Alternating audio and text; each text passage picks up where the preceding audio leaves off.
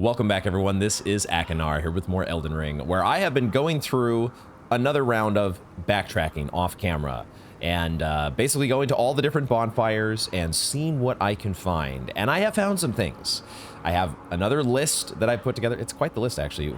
This episode might be another one that is all over the place. We're going to see how it goes. Another thing that I decided to do was essentially to check go over some of these parts of Mount Gelmir that we have been to that we kind of skimmed because my main mission has been to find the map. And so I maybe had just dashed through some of these sections, including this part here, the Corpse Stench Shack, I believe it is called. There it is, where we did battle with the Man-Eater, Invader, Anastasia. It's still weird to refer to her as Anastasia because that's also the name of the one Firekeeper in DS1, but that's beside the point. What I did do, though, is I picked up the loot that was here in the Corpse Stench Shack, and it turns out it is the Golden Vow, which is an incantation. I actually picked this up, and I didn't really make note of whether it was an incantation or an Ash of War. Do we have the Ash of War already? That is the Golden Vow? I don't know. Well, we could check actually very quickly, couldn't we? That's not something that is out of the realm of our ability to check. It is, in fact, in our Ashes of War as well. So we now have, I think, a couple different versions of both incantations and Ashes of War, which is cool. They're giving us some flexibility in these different options. But we are familiar with the Golden Vow. We've been familiar with it for some time. Let's see if there's any new notes here on this description. This is an incantation of Erd Tree Worship. Increases attack power and defense for the caster and nearby allies. Has been taught to knights of the royal capital for generations, and knights sent on distant expeditions lean on it as a source of courage. This is actually pretty sweet to have it as an incantation.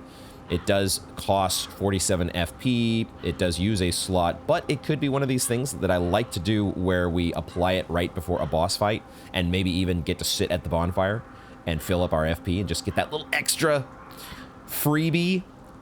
Either way, it is a pickup here, but that we now have, that we've added to our inventory. But another thing that I discovered as I was exploring this area and I was going through and taking out the various, what I am still calling Inquisitors, the snaky, grabby tentacles, machinery, these guys that I was going through this section and taking out and picking up other various pieces of loot like golden runes and other random things that I was finding in this area. And I was just kind of looking around, and eventually it occurred to me that there was a bit of lighting, some torches over here that caught my eye that I hadn't seen before, and then I realized there's a ladder.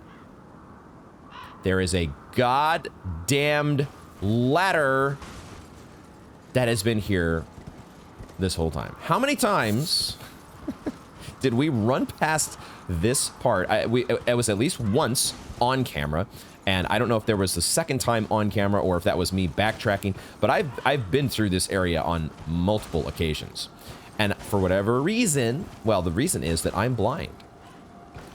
Just like our friendly Hyetta, who we need to catch up with at some point here. Maybe we will do that if we can actually make it through the entirety of Mount Gelmir. Now that we have found a ladder, which potentially, this is the first time I am climbing this ladder. But how many of you were just screaming screaming or throwing various objects at your screen as this blind Let's Player was flying past the ladder, which may potentially take us to the road that leads to the map? Potentially.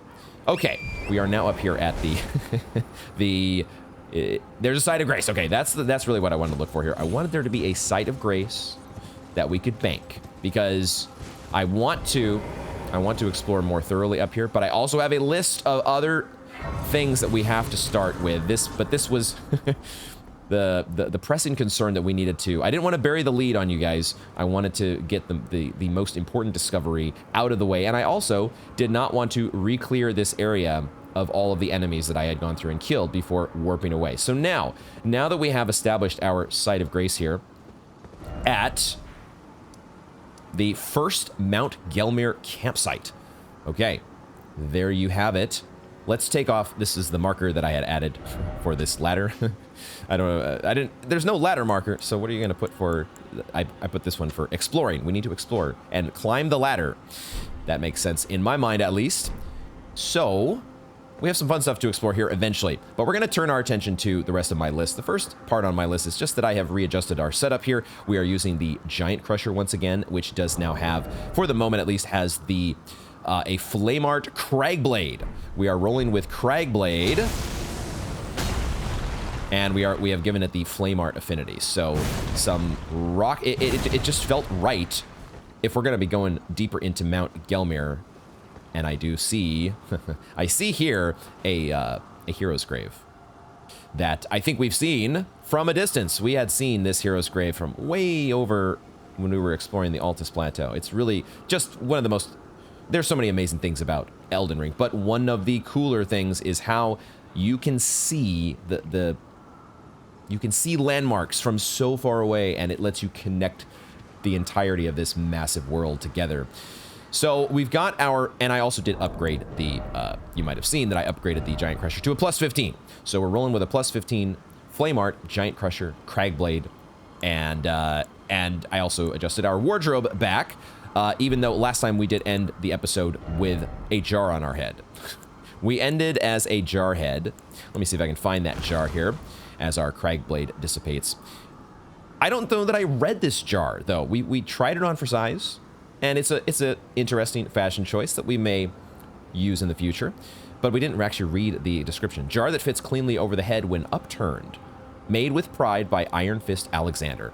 In a uniquely jar-like gesture of friendship, it boosts the power of throwing pot items. Okay, so if you really want to min-max all of that pot throwing goodness, there you go. You can this has a very important function souls aspect to play as well.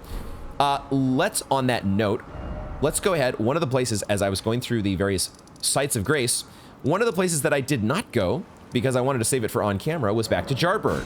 Now that we have crossed paths once again with Alexander, I just wanted to check and see if there is any update from our friend Jarburn. Now that we know what Bairn means, I don't do a Scottish accent very well, but are we Jarburn over here? Let's give a chat to our buddy we haven't seen in a while. Those awful poachers. I hope Uncle Alexander beats them all up.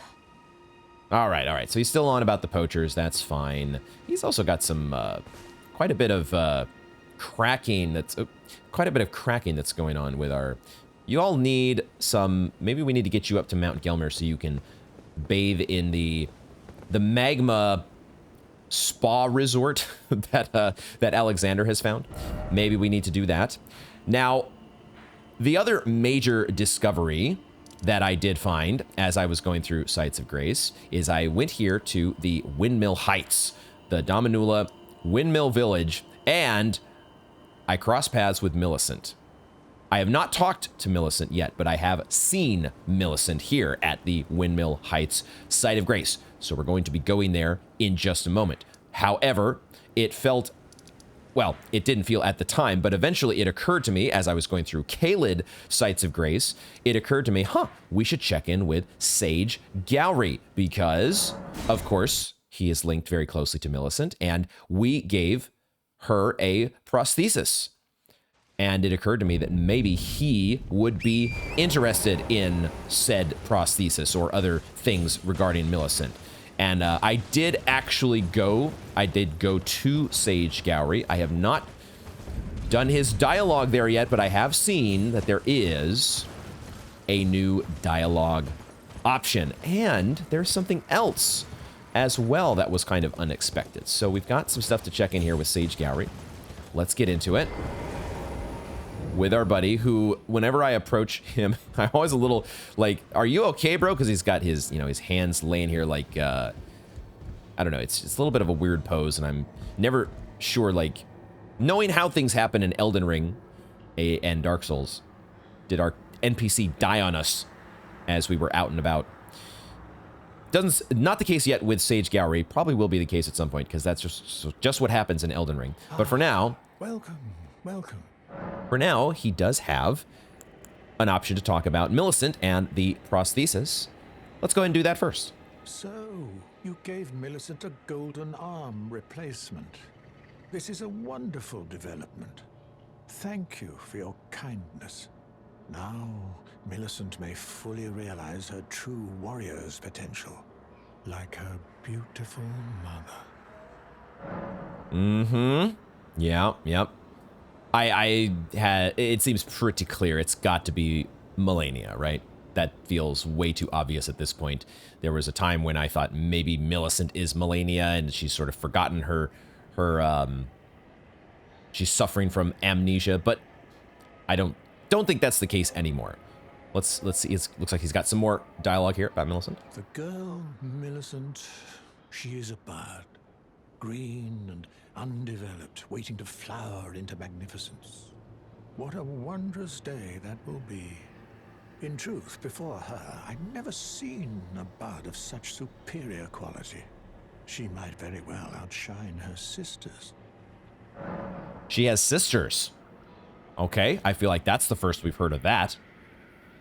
He also does refer to her as a bud, reflecting the imagery with the scarlet rot and the blooming flower. I think this is language that has been used before regarding Malenia. I'm actually going to quickly look at my notes here for Millicent, some of the dialogue that she's had before, and maybe Gowry as well. Oh, that's right. I had forgotten that Sage Gowry actually referred to Millicent as one of his daughters. Do you find it peculiar that I would show such concern for the girl? Well, I'm the one that found her, a mere babe in the swamp of Aeonia. She is one of my dear daughters, but the rotting sickness erodes one's memory. I doubt that she remembers the first thing about me. So, but I think we had thought that was just like a turn of phrase or whatnot. It was not really, he's not literally her father, right? That I don't think would make sense. Him and Malenia, I don't see it. I guess I shouldn't jump to conclusions, but I'm not seeing that one, my dude. Okay, yeah, I guess what I was looking for in Gowry or Millicent's dialogue is just references to Malenia. But I think that we had already come to this conclusion. He gave this little nugget at the end of his previous dialogue where he says, please make certain that little Millicent goes unharmed. Like her mother, she has the stuff to be a great warrior, but commands only one arm and is yet preciously young. Okay, so that does it for the new stuff regarding Millicent. There is also now, I think we only had sorceries before that we could learn from Sage Gowry, but now there is an incantation. And it looks to be just an absolute fantastic incantation. Pest Threads. Pest Threads, you say, launches countless sticky threads before caster. Incantation of the Servants of Rot. These guys have incantations of their own. Did that really have to be a thing, Miyazaki? Did we have to do that? Secretes countless sticky threads. We can be spider pests now. Launching them forwards. A technique of the pale pests who crawl through the lands afflicted by scarlet rot. The abandoned children of the goddess. Do you have an interest in rot incantations? Who says that? Realistically, guys, who says that? That line, though, about the abandoned children of the goddess. I might be taking that a little bit too literally, but is it, are these Millicent's sisters? Or is this just like the, my children, as in the religious sense of my followers? Oh, boy. Okay, well, we're buying this either way, because we are a faith build. Do you have an interest in rot incantations? Then you might like to learn something of the history of Melania, goddess of scarlet rot. Here we go. That actually does... that actually does trigger... Okay, well, who says that, guys? We figured it out. We figured it out. Let's, just making sure there's no new options here that spawned as a result of that. About Melania, you say? Tell me more. Queen Marika and her king consort Radagon were blessed with twin demigods, and Melania was one of them. She was born an Empyrean carrying the scarlet rot. An Empyrean is no mere demigod. In the age of the Elden Ring and Queen Marika, the precious Empyrean was born, a new god to forge a new order. Since Melania fought Radahn, and the great scarlet flower blossomed in Aeonia, I have dedicated myself to her, and to the resplendence of the Order of Rot, the cycle of decay and rebirth. And we get the desperate prayer gesture to go along with that. Okay. Some pretty big dialogue there. A lot to think about in that, and I'm going to have to be reviewing that dialogue at some point. The first thing there is Queen Marika and her king consort Radagon. My dude, Sage Gowry, I've got some news for you. Have you heard the news? Radagon is Marika. Yeah, so still trying to figure that one out. How do we interpret that sentence about the Marika and Radagon birthing twin demigods, Mikola and Melania? There's a lot to sort out there still. We need more info. As to Melania, she is an Empyrean. Did we know this already? I'm not sure. I'm not sure if we knew that Melania was an Empyrean, but they are once again setting, as we learned from Ronnie before, the Empyreans are kind of a class of demigod to themselves. They're like a step above the rest. And now, now we've even painted a clearer picture with Melania as being like this. I don't know if well, there's this Order of Rot that Sage Gowry mentions. So we have the Golden Order, and we have the Golden Order Fundamentalists, and we have the Lord of Blood, and now we have the Order of Rot. There are so many of these different factions. I am surprised that we don't have covenants as of yet. Maybe there still will be covenants that we can sign up for, or maybe we've already done so with the whole like Bloody Eyes, which is underneath our Onion Knight helmet here, but the Order of Rot. What to make of it all? Maybe what we should do, let's just quickly Need me? check with you one more time. Okay, we might come back to Sage Gowry after we check in with Millicent. I think now it makes sense for us to check in up here in the Windmill Heights. Assuming that Millicent is still here. I did not speak with her, so I think she should still be right over here. There she is. Now, do we get to... I did not take a closer look at her yet with her new arm. Okay. There you go. Golden arm has been attached. Similar to Melania putting on the golden arm in the story trailer cutscene, which we will at some point. We are going to go back and review that, but let's talk to Millicent. Ah, we meet yet again. The arm you gave me truly is a thing of wonder. It feels just like my own. Even handling a sword. Perhaps it is foolish to say this to you of all people, but I am sure of my skill with the sword. Thus, I would have you call upon me in battle, should you ever have the need. I really like the confidence. It's a little surprising. A prosthesis, normally.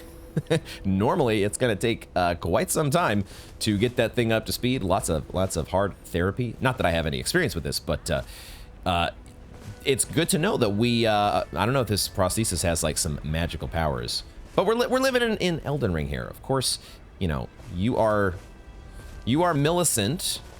You are a video game character, so you have this ability. It's part of the territory. It's interesting to think that she is up here at the place where, this is where we fought the Godskin Apostle, is it not? This was the location of our Godskin Apostle fight. So was she supposed to be, could we have summoned her for that fight perhaps and used her against the Godskin Apostle if we had done things in a different order? I would have you call upon me in battle, should you ever have the need. It is the only way that I can express my thanks. All right, all right. What other battles? Yeah, so she was maybe supposed to be along the ride with us when we went through this eastern half of the Altus Plateau. I would have you call upon. It is the. Things played out a little differently for us, which is okay. Let's sit at the side of Grace, see if she is still here. She has moved on. Okay, as I would expect. So now I don't know what I basically had been doing. Just so you know, my little methodology here is I'm going through the Sites of Grace list. Off camera, I was going through the Sites of Grace list just one at a time, warping through to each one of them and seeing what new stuff I could find.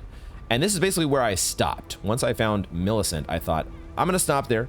We're going to progress her quest line, and then later on I will continue my exploration through some of these other spots, eventually leading up to the capital. Because this is part of my list. I have found something in the capital that we need to go back for. Let me look at that list now and see where we're at in terms of our progression, because I might have done a couple things a little bit differently in the order here. Actually, let's go back before we get off of this Millicent Sage Gallery. Let's go ahead and bring that to its completion here. Let's head back over to Sage Gallery and just be completely sure that there's nothing new with him.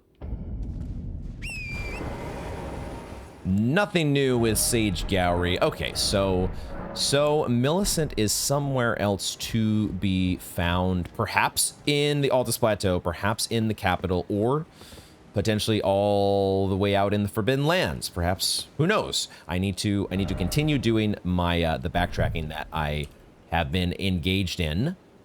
So I did mention the fact that our Giant Crusher is up to a +15. The other thing I wanted to quickly do in terms of a little bit of housekeeping, the Cathedral of Dragon Communion now has a new option based on last time, the fact that we took down the Magma Worm at Mount Gelmir. That did unlock a new Dragon Communion option, and it made me realize that maybe we have there might be some other options here that we have not checked out. I'm not totally sure. Well, what it made me think is we maybe should just buy some of these, because eventually we are going to use another rune arc, and the arcane requirements on many of these are pretty low, so we should be able to actually make use of some of these spells even without investing anything into arcane. But let's check out the Magma Breath. It looks like it is probably very similar in description to the other dragon fire spells, but let's see. Transforms caster into a worm to spew Magma Breath. Allows one follow-up attack. Sounds a little similar to Magma Guillotine having a follow-up attack. But those who have performed the Dragon Communion will find their humanity slowly slipping away. Once they fully succumb to their fate, they are left no more than worms that crawl the earth. As Yura was trying to warn everybody, we have like 8 dragon hearts. So what I'm gonna do is we're gonna buy Magma Breath, and we're gonna buy these other one cost. I forgot we have to sacrifice the dragon heart there.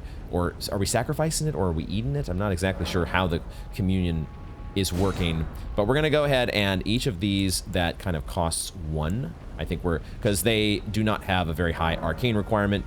So once we use a rune arc, we should be able to use each of these. We'll get the ice breath, because eventually I'm guessing we're buying all of these.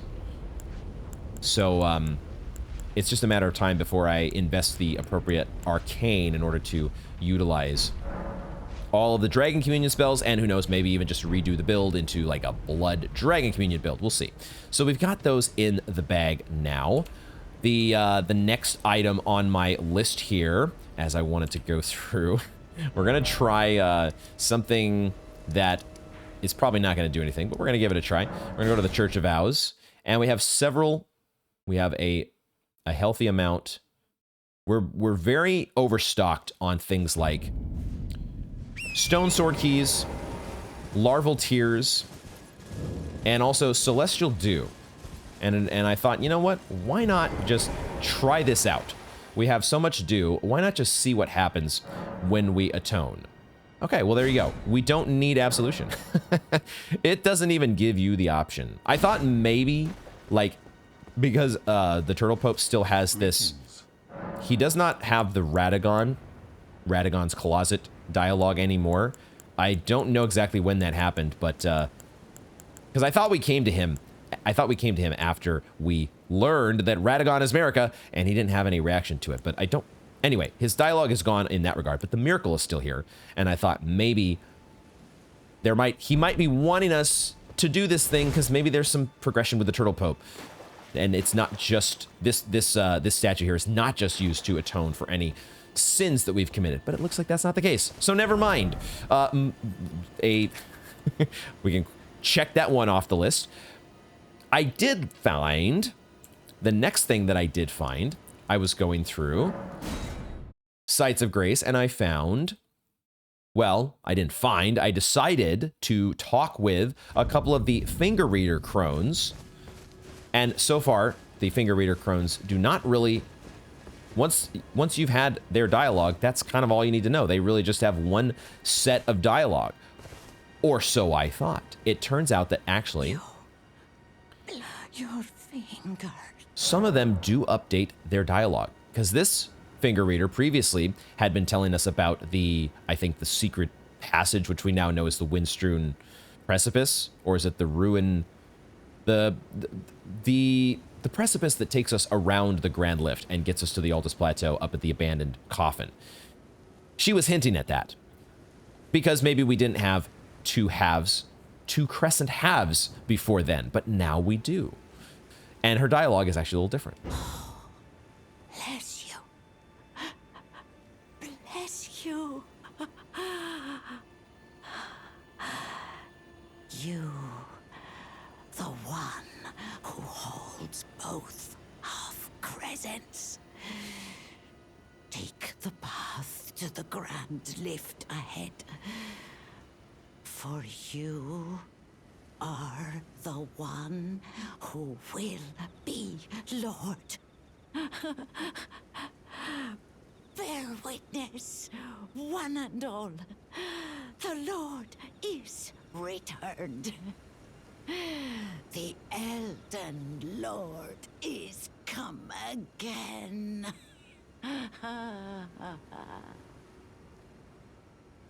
So this finger reader crone is ready to ship it, so to speak. She is she's happy with us being Elden Lord. I think there is still some debate in quite a few people's minds as to who actually should be the Elden Lord, but I'm glad to know that we've got your vote of confidence. But it is nice to see at least some of the finger readers or finger reader crones having different dialogue. And so it did make me want to quickly check in at a couple of the previous finger reader crones and just see if any of their dialogue would have changed. The ones that made sense to me, I did check in with some others whose dialogue had not changed, but one that I had not checked yet, who could potentially have different dialogue, was the finger reader crone here in Limgrave, who was also, I think, I don't remember exactly what she had said, but she was hinting at us making our way to the Grand Lift or heading in that direction. Or was it Rhea Lucaria? Oh no, that's what it was. It was Rhea Lucaria and like the Eventide. I think that's what she was talking about. Let's see if you've got anything different. Let's see. Head to the foundation of gold tarnished. traverse Rhea Lucaria, Glintstone Eventide, and reunite the half-crescents at the Grand Lift. Oh, but the bridge is collapsed. Okay, looks like it's the same, actually. Cross only Stormvale Castle. Okay, all right. So the same thing there with that finger reader. She had mentioned half crescents, and so I just thought maybe there was a chance there that she might have something different. I kind of want to also check with the finger reader crone that's here at the capital outskirts. Let's quickly go to the Outer Wall Phantom Tree. The dialogue that she had before was also related to, I mean, the fact that we have gone all the way to the foot of the Erd Tree. We took down the Omen King. And we just, you know, we came up against some impassable thorns. Or impenetrable thorns, excuse me. Just a slight little wrinkle in our plans that we're working on ironing out. But otherwise, we have, you know, we've completed this main first objective, at least in my eyes. And so, did I run? No, here she is. I was wondering, did I run past her? So I just thought, you know, that might progress some of their dialogue. You're Maybe. the fingers I served once prophesied. I think this is the same. A tarnished would one day become Elden Lord. Surely you see it too. The gold. Yeah, this is the same. Okay, all right. The finger. The fingers will surely guide you. Okay, good to know.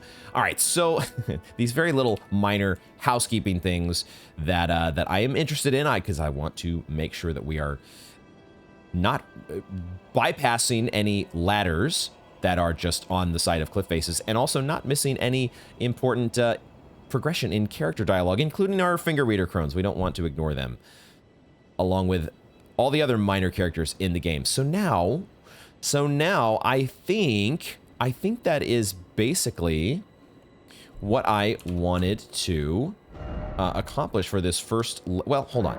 There are a couple other things that we need to attend to here. Let's see how we're going to think about this. Okay, what I want to do is, I don't remember whether we have tried. I had equipped, as I was going off camera, I had equipped this opaline hardtear into my Flask of Wondrous Physic. But it has been some time since we tried this purifying crystal tier. And I don't remember if we have tried it since we had kind of progressed things with, you know, we've got these bloody eyes now. We've got the bloodshot eyes. I need to turn on my lantern. We've got the bloodshot eyes, and that is still the case. What happens when we drink our Flask of Wondrous Physic now? Anything? Anything? What exactly does this do? Maybe we just need to use this in combat? Because maybe this is just like preventing an instance of damage. It's giving us like this bubble effect that, did we try this in combat? I don't remember what level of experimentation we did, but we're going to leave it in. I just wanted to see if there was any like tangible, I don't know exactly what I was expecting to happen. We've got this curse. What do we have? The bloodshot eyes. What does that signify? We've taken an oath, right? I don't exactly know what it means or whether it has a special interaction with this purifying crystal tier, but we're gonna, I guess, try it out for the moment. The next note on my list, we're going through a very helter-skelter list here, folks. It feels like I'm kind of jumping around. I like to generally have like a somewhat smooth progression in our gameplay here. But this is Elden Ring. You know, there's so many different parts to this world. It is absolutely massive. And, you know, as you are playing the game, you have to do some backtracking, and there's going to be various disparate items that you have to attend to. And one of them is this guy. I got this door open. I got this door open because I looked around. I went up around, I think up here onto the street, and I just kind of looked around looking OP. I took a look to kind of piece things together, because that door, I was like, how am I originally thought that door was going to lead up from the, what is the name of the zone that we've been to, the subterranean shunning grounds. I thought maybe there was some passageway that was going to naturally lead us up there. And then I looked out here and I realized there's just what looks like a well-lit doorway over down in this lower part of the capital that we had not explored yet.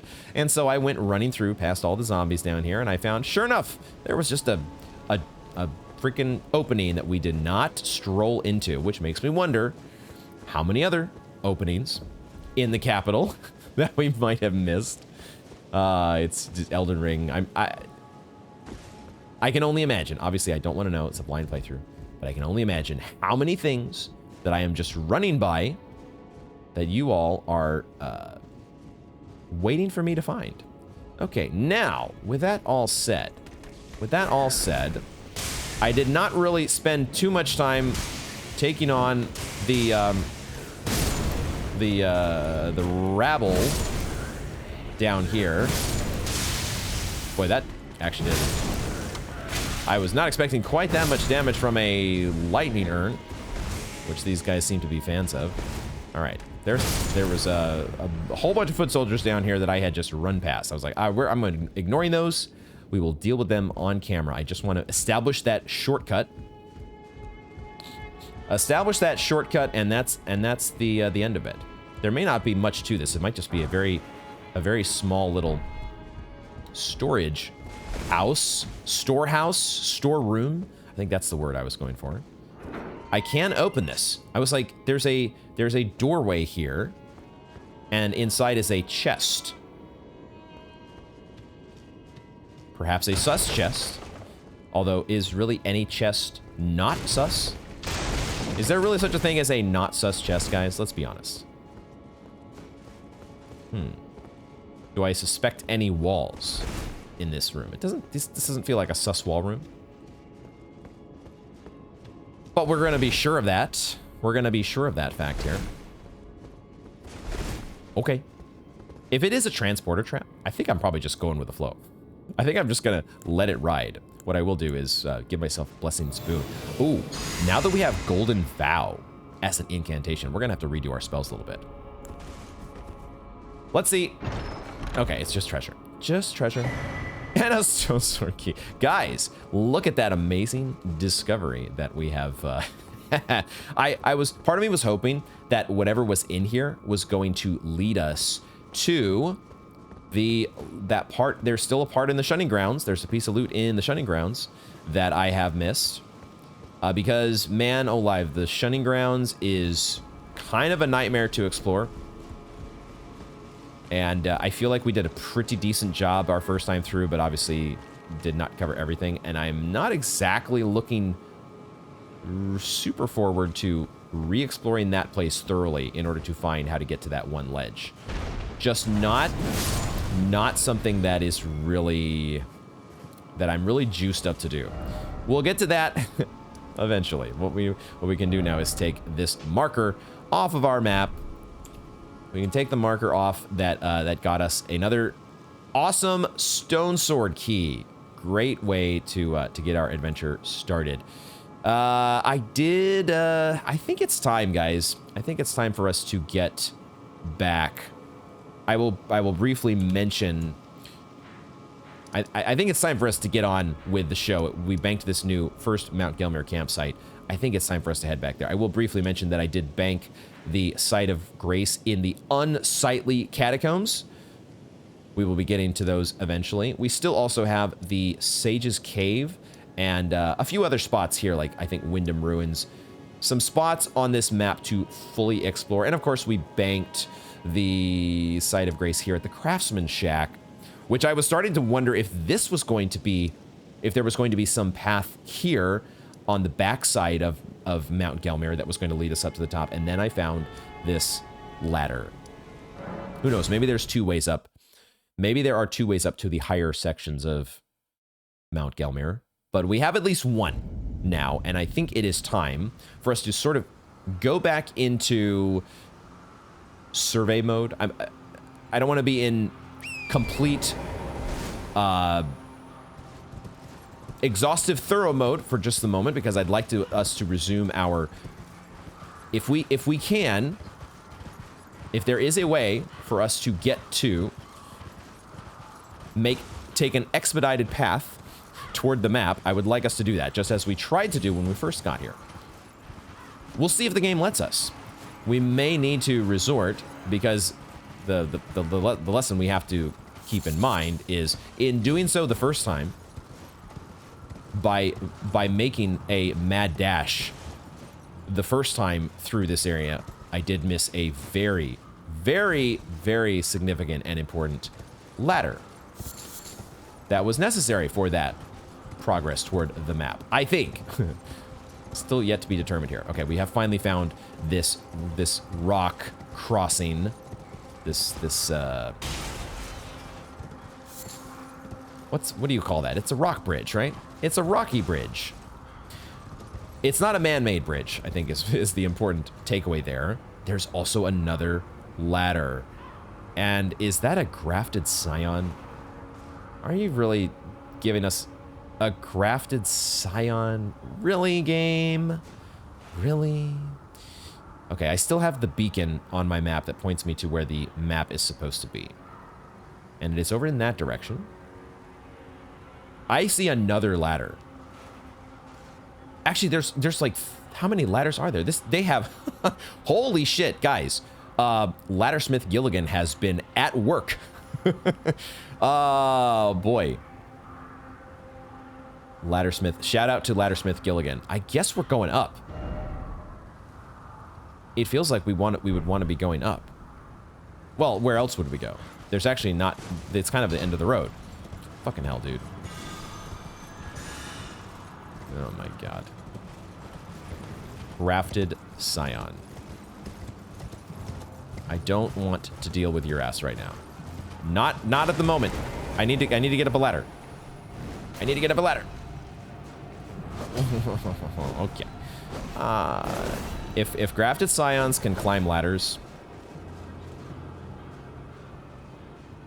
doesn't appear that they can.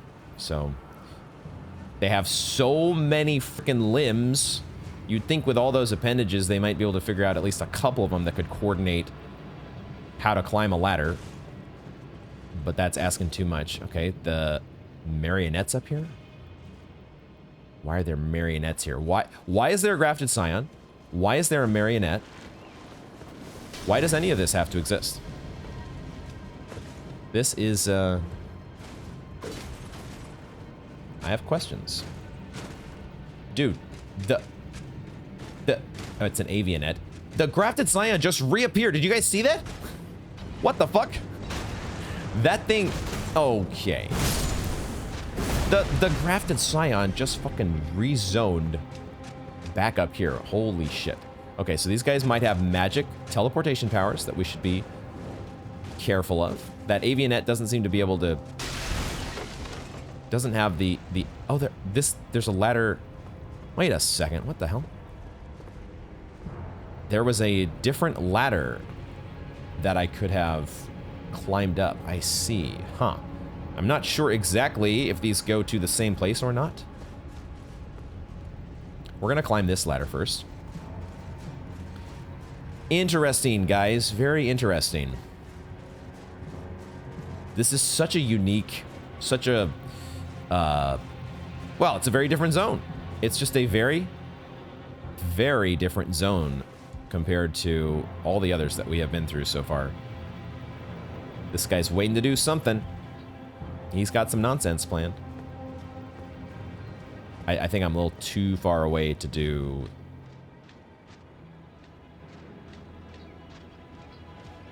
I was gonna say maybe too far away to do sniping.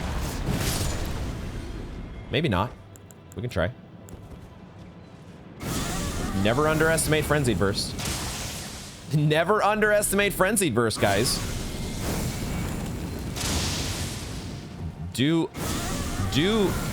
Also do not underestimate my ability to fire into the terrain. Okay, all right. So any other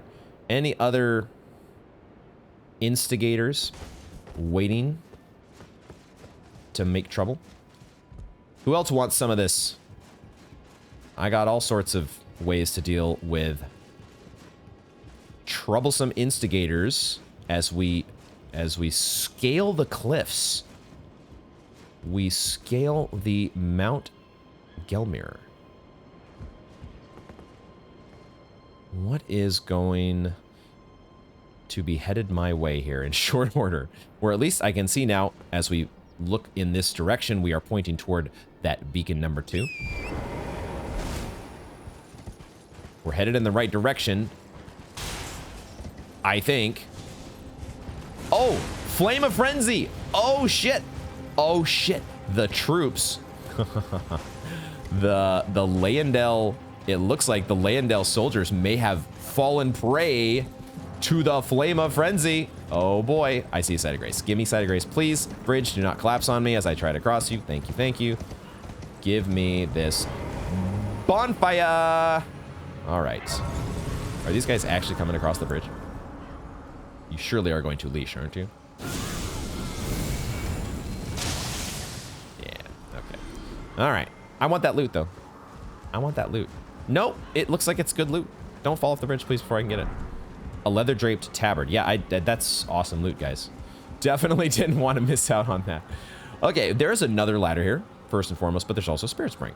Okay, so that's cool. Where are we at here? Oh, we're still a little ways away.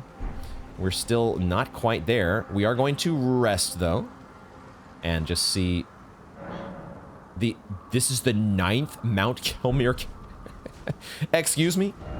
Excuse me? We went from 1 to 9. This is like, I don't know if this is a normal, I don't know anything about climbing mountains, but all of a sudden the Celeste comes to mind. And wasn't there like there was a numbering, actually it was a countdown.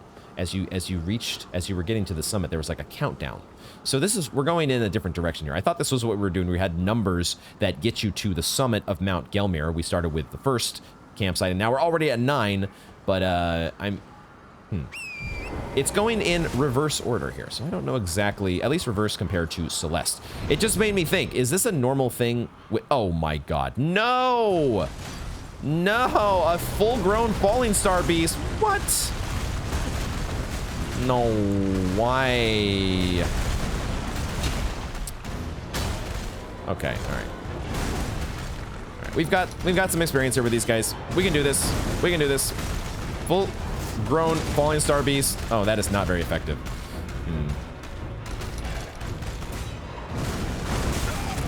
This is Oh, I need to be two-handing. I was not two-handed apparently.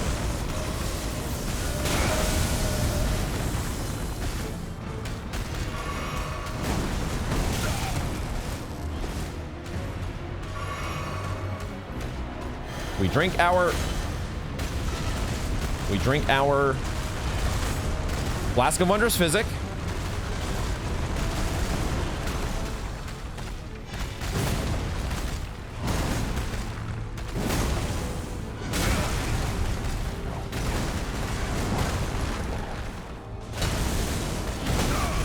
Trying to get my Crag Blade online, dude. I'm trying to do, will you not let me do the same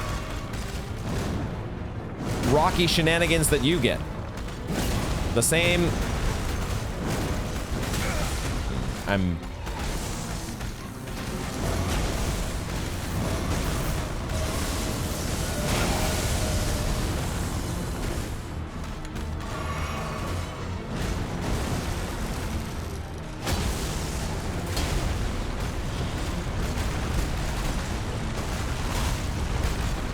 This is going badly. I can't even hit the guy. I might need to switch to,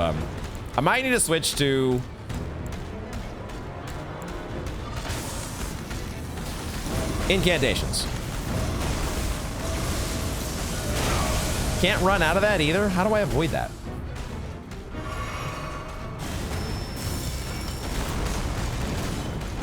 Beast Claw, not great. Black Flame, better.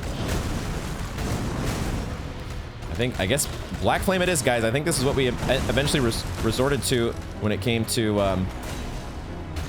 the other Fallingstar beast. I need to time it correctly, though.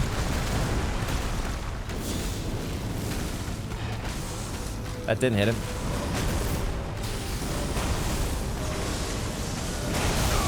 No, how in the world do you avoid that? Bro. Full-grown Fallingstar beast here. Is he bigger than the others? He does have an eye, doesn't he? Did the others have a big old... I'm realizing there's a big old eye. Dude, you're kind of like... Yo, wait a second. Wait a second. Is this the thing that we've seen underground? This is the same creature, isn't it? I'm out of fucking FP. This is the same creature.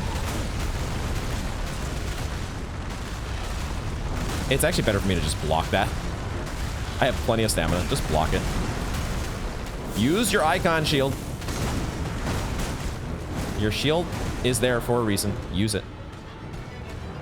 Why else are you doing a great shield build if you're not going to use a great shield? Okay, you want to stomp around and just...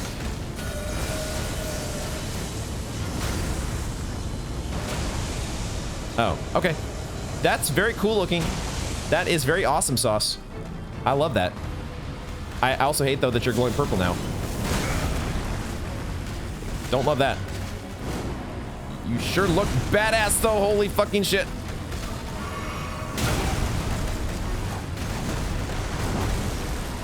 That should have been firing a black flame. Trying here, guys. We're trying.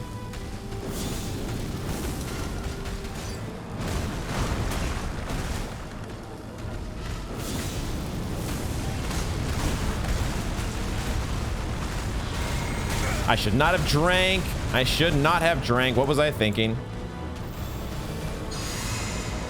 This is very much, it feels very much like the previous fight where I had to like start relying on trickle heals in order to keep me going because, no, I timed this poorly. Maybe I timed it perfectly, actually. I don't know what to do about that attack. I'm gonna have to drink my last flask here. I don't know what to do. Should we be trying Flame of Frenzy? Nah, we're gonna stick with the Black Flame. I'd like you to do your next attack, though. I would like you to... What was I saying before? I was saying, I think this is the creature that we've seen hanging. What had I called it? It was like some weird moonlight butterfly sort of thing. But I think it might... I think this... If it's not the same creature, it feels like it's very much related. Oh, boy.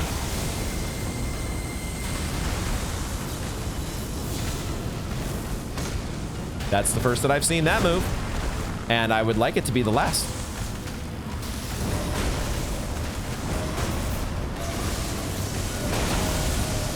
Don't know what to do about that other than just block it. Block it and pray. We're gonna charge this one. No, why did you? That was a charged one. You saw it coming. Can I back out of the little chasm here? The pathing, the Fallingstar Beast's pathing does seem to suffer at times. Oh boy. Oh no, fuck me. It does seem to suffer at times from interacting in a funky way with the... No, what the fuck? All right, we tried, guys, we tried. That was pretty good for not really being ready for a boss fight. Perfectly was not ready for a boss fight. Let's respec ourselves for a boss fight, shall we? Let's get ready for a boss fight. And I do think I like the idea of sticking with magic or incantations for this fight. what we can do is what I was talking about doing earlier, where we can give ourselves Golden Vow. Oh boy, look at this. We've got Pest Threads now. What if Pest Threads is really the way to go? It's the secret sauce against the Fallingstar beast. I think that might be the case, that those creatures that were hanging out in the underground were actually Fallingstar beasts, or they're very closely related because they have the pincers and they have the big eye. I'm pretty sure that the Fallingstar beast before did not have that eye. Now this one is full grown, and so they're related in some way. Somehow, some way they are similar. What is good against you? What do we want to... Flame grant me strength could be good. Potentially. Maybe. What I wanted to do, though, is give myself Golden Vow. Golden Vow is now a thing that we can just cast. So that's great. And what else? Definitely Shadow Bait is what we should be using. The gravity attacks... I think the gravity attacks are... Let's make this Black Flame. Actually, let's... I think it's magic stuff, isn't it? Magic fortification would give us... I also don't know what that blood tier did. This thing in our... The purifying crystal tier. I don't know what it does. I don't know. I don't know, guys. This is one that where I'm tempted to ask. Don't tell me. I'm not asking. But I'm tempted.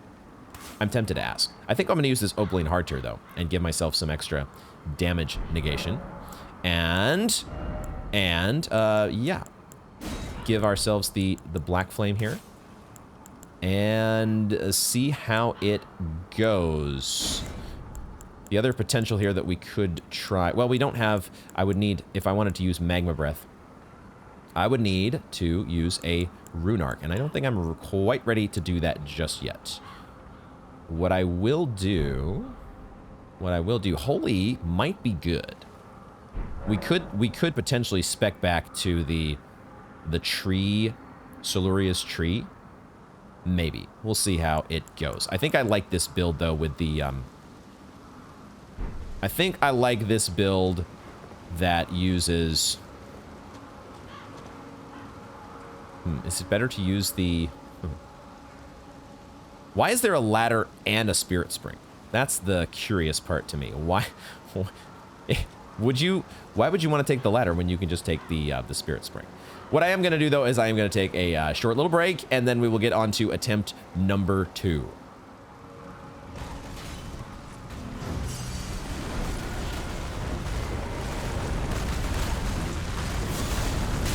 I mistimed that once again, as I keep seeming to do.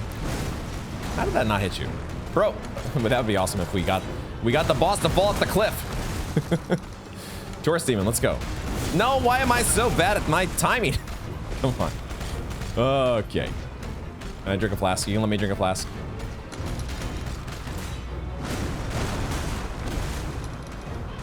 I forgot to drink my flask of Wondrous Physic. There we go.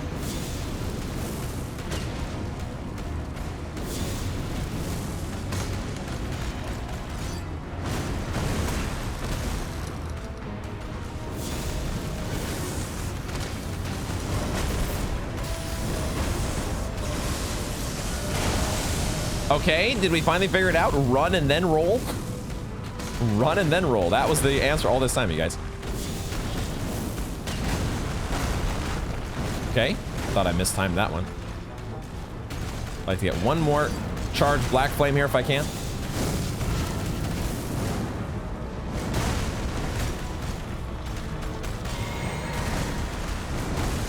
This is a pretty fun boss, I gotta say. I like the all the jumping around. He's just a big dog. Realistically, he's not a gross earwig or anything. He's just a fun little playful doggy. He's just playing. That's all we're doing. Just a little fun, some fun shenanigans with the full-grown Fallingstar doggy. As long as you break my stance and then don't follow up the attack, we're good.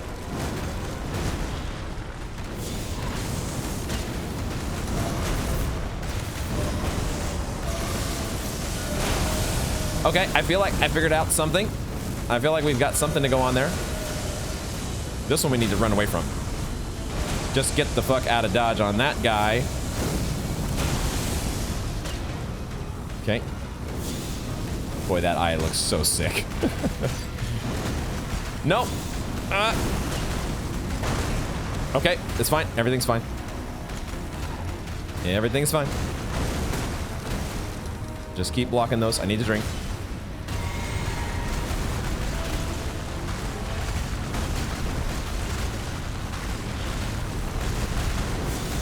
Charge.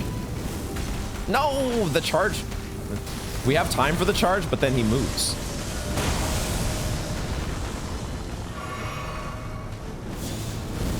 Sometimes he moves. This one I think he's gonna eat. Yeah.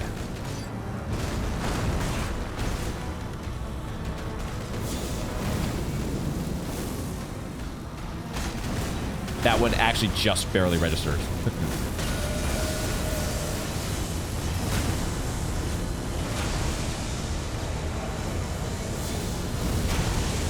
I might be too far away. No, just barely got him on the little Fallingstar beast hoof, or whatever the hell it is. No, I missed. I timed. I rolled too early. I think we've hopefully got this. Hopefully, just need one more. One more for the win. Gold Pickle Foulfoot, go. Enemy felled. And some bonus runes have come our way as we have taken down the Fallingstar Beast. We get a Somber Smithing Stone 6, 5 Smithing Stone 6, and a Fallingstar Beast Jaw. All right. Rest in peace. The Fallingstar Beast has grown on me, guys. I used to be grossed out because it just reminded me of an earwig, but really, the Fallingstar Beast all this time was a Tarnished's best friend. Fallingstar Beastjaw. What do we got here? A colossal weapon. Scales with intelligence as well as strength and dexterity.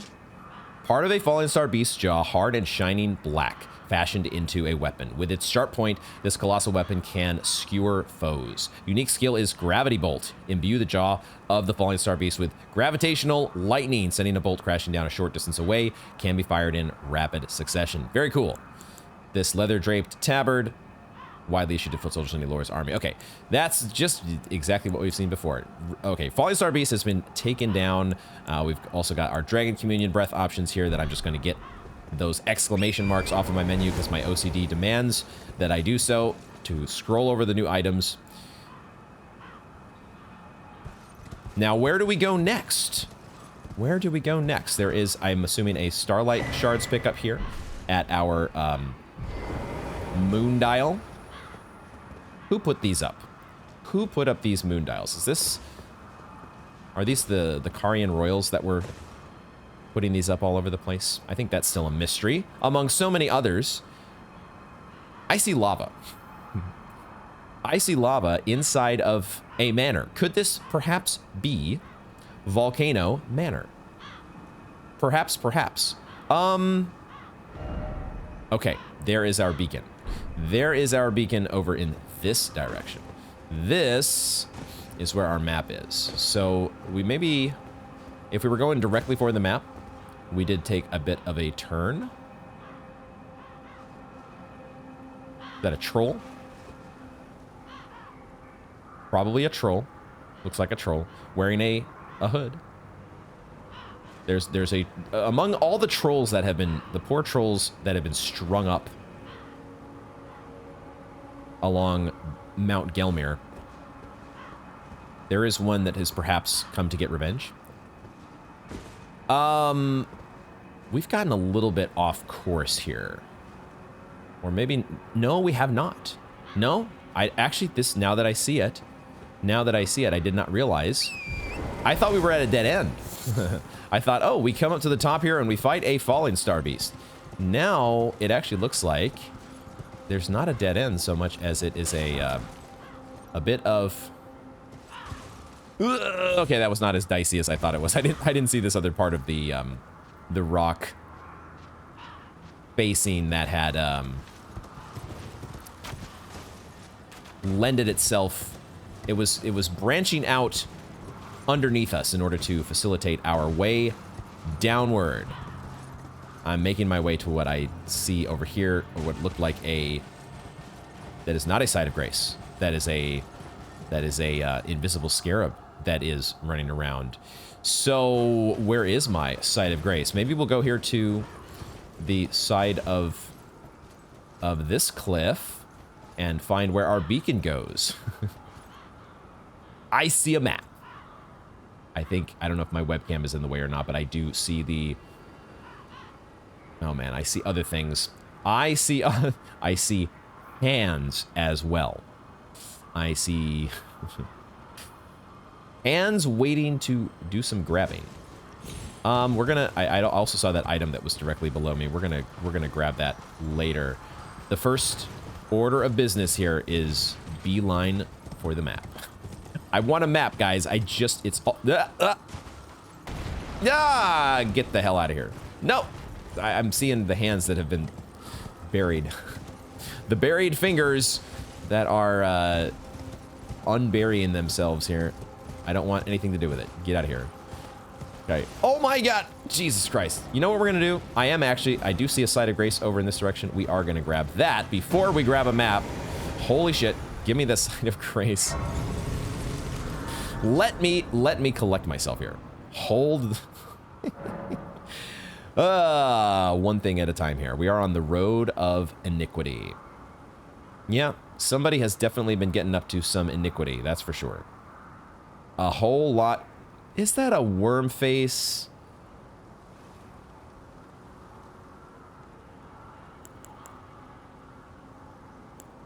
What's worse, guys? Worm faces or basilisks? Actually, I have to think about that one. I will have to think about that one. I have to think about other things, too. I need to respec back into... Well, I don't know. Maybe I keep Golden Bow. Maybe that is... I don't want Magic Fortification just as a normal option. Let's go back to... something else. We're actually going to take off Flame of the Fell God. And we're going to put in its place, we're going to do... What are we going to do here? Give me a moment to readjust my setup here. All right, I think I like that lineup. We'll keep Flame of the Fell God, and we'll have Wrath of Gold as well. This gives me like several different short to medium to long range options from various schools of magic, as well as a couple different buffs that we can apply as needed. So I like that as just a general exploration setup. And I'm also going to tweak my flasks as well. Get that back to... We'll do 10-4, actually. Maybe 10-4. A-okay. That seems like a reasonable running around distribution of flasks. And, oh boy. Okay. It is finally time, guys. Finally time for us to grab a map. What other stuff is going to... I guess there is a spirit here, though. Another jester spirit. This one seems all too familiar with the said iniquity.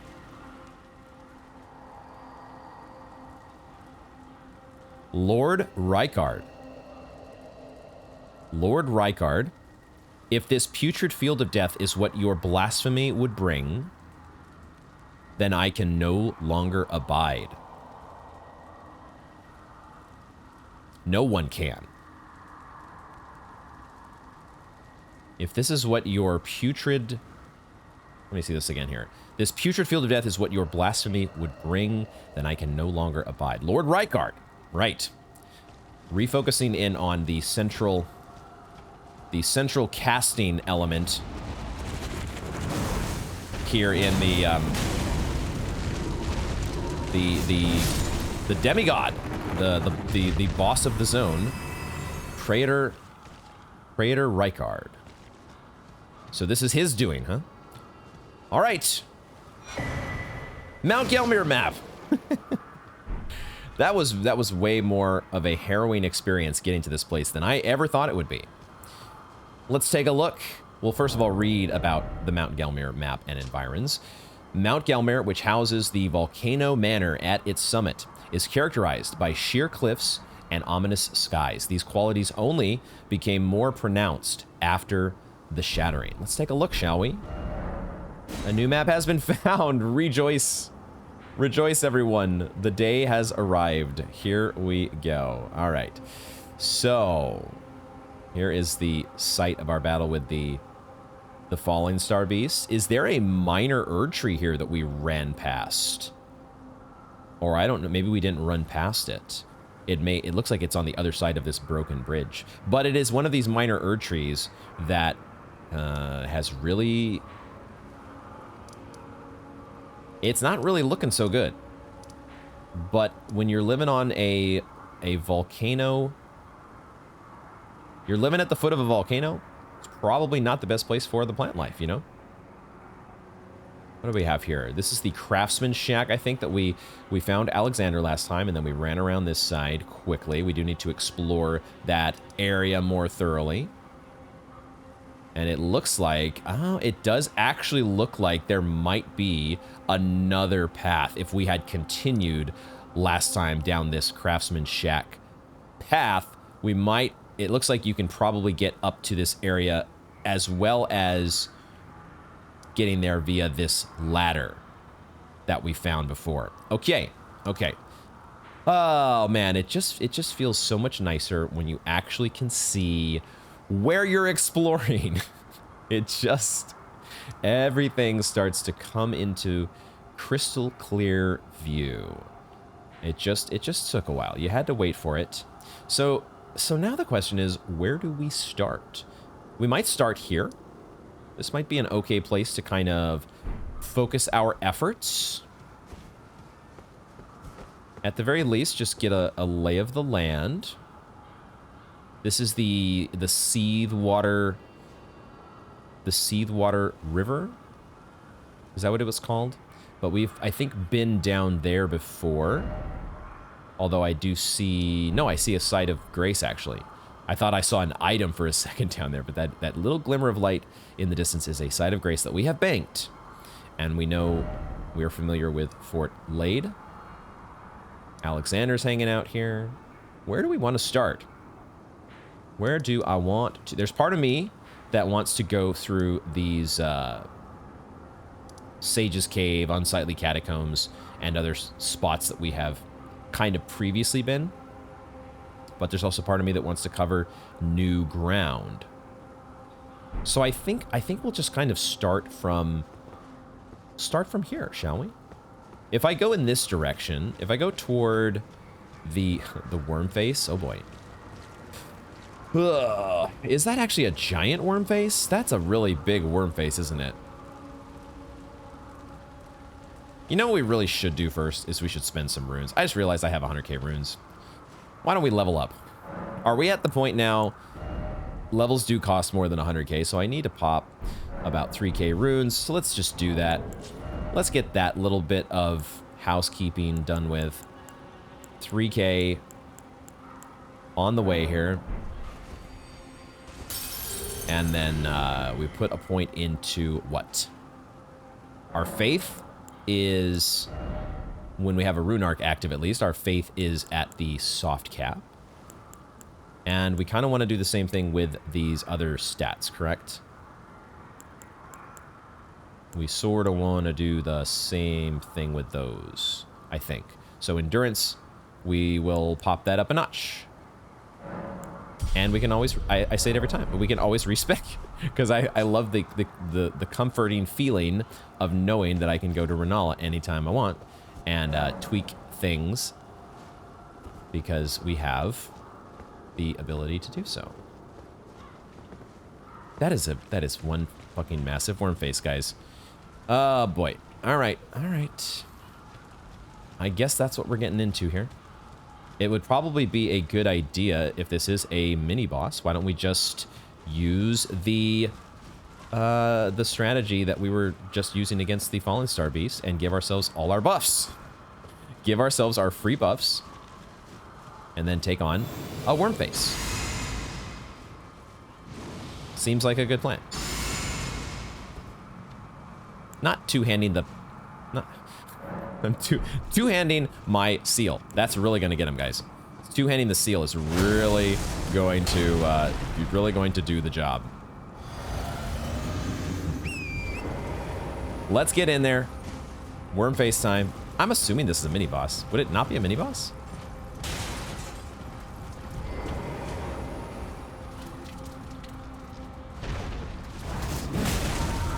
Well, I mean, maybe it's not a mini boss because there's no mini boss bar, but it is spewing death. It's spewing death, all right.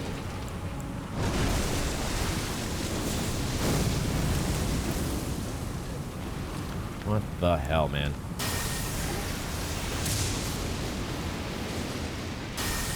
These guys are so unsettling. So unsettling, especially when they can... Especially the fact they can spew death at you from so far away. It's just... dude! How fast did that build up? How... that was ridiculous. Alright, we're gonna have... we are specking... yeah. Alright. I see how it is. Give me my death charm. Give me my Prince of Death's cyst. Holy shit. What the fuck?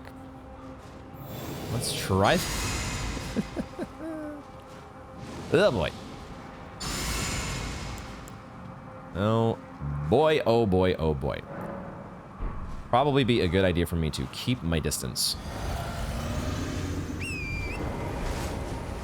We could even spec in the extra death. The extra death that we get from the extra death resistance, the extra vitality that we get from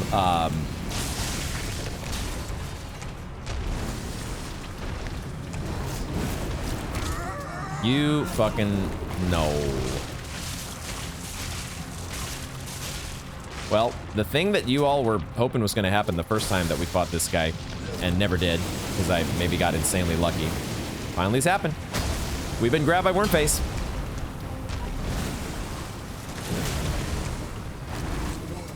I don't need more Cragblade. What am I doing? I guess it has a damaging component though. Cragblade, I didn't realize when you slam it into the ground, it actually does some damage. All right, get the hell out of here. Not a mini boss, but kind of feels like one because that's what. Oh, all right. There is a larval tier that we got. We were just talking about respecking, so we have a larval tier that has been added to our inventory. Lucky us. I feel so fortunate. There's just something there's something that just feels wrong about getting death blighted, getting cursed, death blighted. It feels like you've been cheated. You know, you didn't actually get killed. It's like a fake. It's a fake death. That is what appears to be a minor Erd tree that is super scuffed. It's not scuffed. Maybe it's not even like it's way beyond scuffed. It is just dead. But that makes sense. If worm faces are a thing, then of course why wouldn't we have a dead minor Erd tree to go along with that? Before we get down into the battlefield there where we have the ability to summon some friends, and we will be doing that, I think. I wanted to check in this direction. I saw this little path to the side here.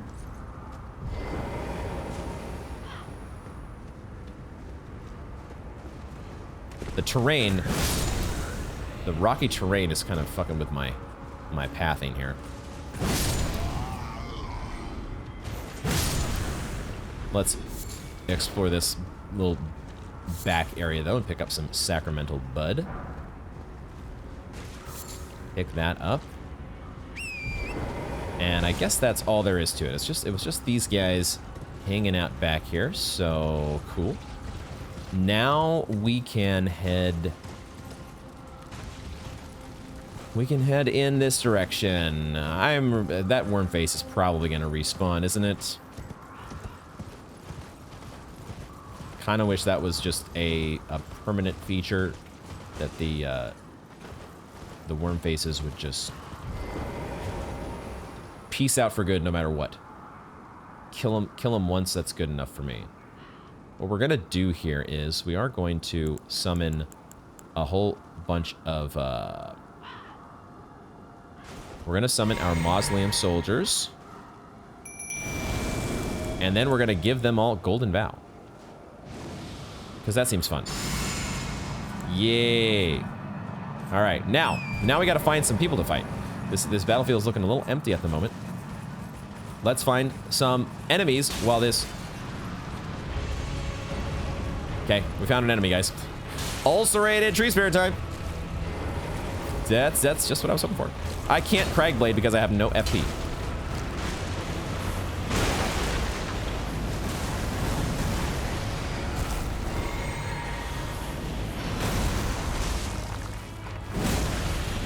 If similar to the Crucible Knight that we fought previously, where we had the 10 along for the ride, I am not gonna feel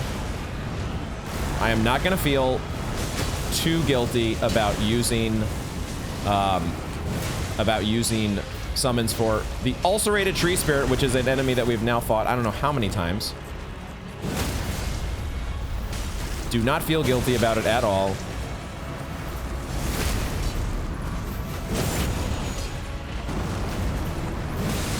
We're learning a new set of rules here in Elden Ring, guys. I'm not gonna be able to get up in time and get my gold pickled foulfoot, so we will just take whatever runes we get as we do pick up a couple new tiers. I want to say this is the first time that we have fought an Ulcerated Tree Spirit at a minor Erd tree. It's almost always been an avatar. Let's drink a Crimson Flask before we forget. We have a Leaden Hard tier and a Cerulean Hidden tier. So an Ulcerated Tree Spirit here to mix things up at the Dead and Decayed minor Erd tree. The Cerulean Hidden tier eliminates all FP consumption. Really? The resulting concoction eliminates all FP consumption? However, this effect is only brief and will quickly expire. Cerulean Hidden tier. What a unique effect. Big question is how brief? But in that brief moment, you could potentially apply all sorts of really expensive buffs. You could summon some ashes that would otherwise be very expensive to summon. That's interesting. I don't know. Perhaps worth experimenting with. We will see. And a Leaden Hard tier. The resulting concoction temporarily boosts one's poise. Sweet. So many Wondrous Physic options now. I kind of have my favorites at this point. I have my go-to options that I really like and prefer. So it might be... This is what generally happens in an RPG for me, is I get to a point where I've got my favorites. I've narrowed in on certain choices that work well for me, and it can be difficult at that point once my opinions have been formulated. It can be difficult to switch it up. We'll see. We'll see how we go. We are now at the other end of this broken bridge, and we get to get this loot, which is 3 Beast Bloods. There you go. 3 Beast Bloods. Totally did not grasp the fact that this was a minor Erd tree here. I may not have ever grasped it, if not for the fact that obviously there's an Ulcerated Tree Spirit that drops a couple tiers, but also the fact that we finally have a map. And we now know from 5 golden arrows. We know from experience, we kind of have a good experience now with the decoding, I should say, decoding the depictions on an Elden Ring map. And even though this one is not your normal Erd tree, given its dead status, it still comes across as a notable... It is a notable tree on on the map, right? It is here, and therefore it stands out. I don't know what I'm getting at here. Don't know exactly what I am trying to explain. Other than that, I really am just feeling great that we do finally have a map. It feels so nice and cozy now out here on this hellscape of a zone. Talk about weird gravitational forces.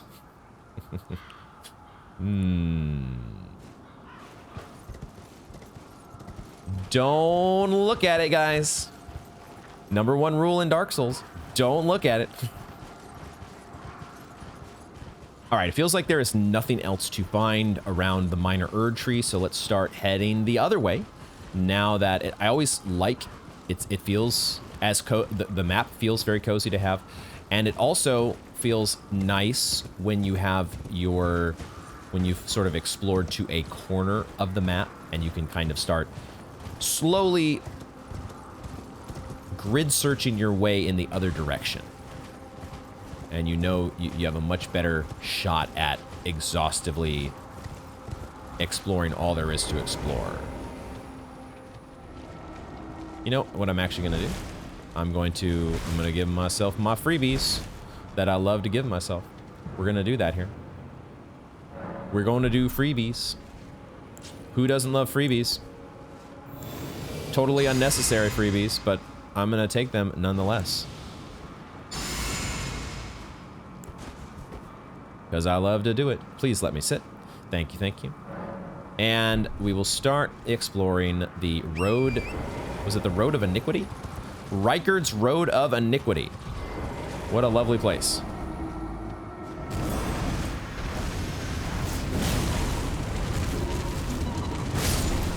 And it's a, oh my goodness, that freaking hand. Jesus Christ. That thing just almost, as it was flailing around, it almost flailed me right off the side of that cliff. Nice, almost nice try. Volcano Manor is waiting for us. We will be getting to Volcano Manor eventually, you know it. But we also have to sink our teeth into a zone. Mount Gelmir now that it's no longer hiding its map, it can't get away.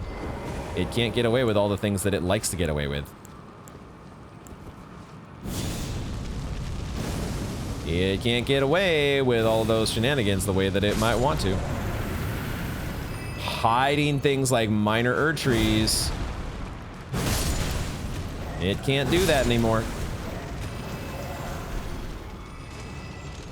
Nothing can hide once you have the map. All shall be revealed. So we begin along that path. This terrain is so uneven. It makes it a bit difficult to navigate at times.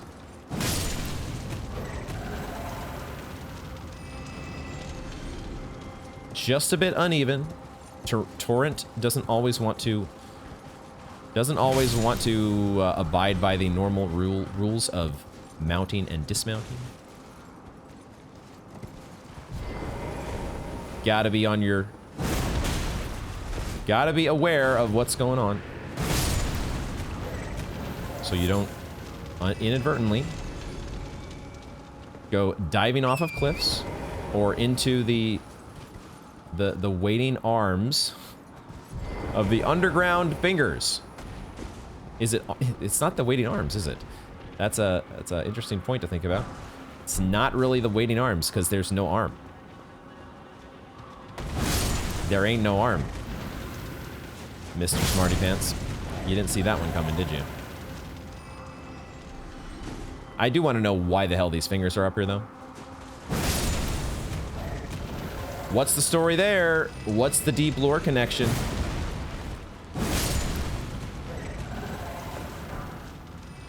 Is it just that Mount Gelmir is the, dude, what in the hell? Okay. I mean, I kind of wish you'd all do that. If we're being honest, that would be a development that nobody would be opposed to.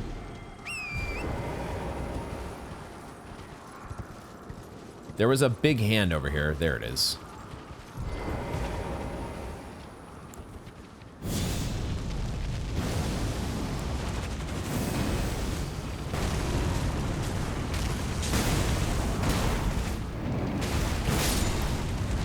Big hand is out of here. Give me your smithing stone. That somber smithing stone is mine.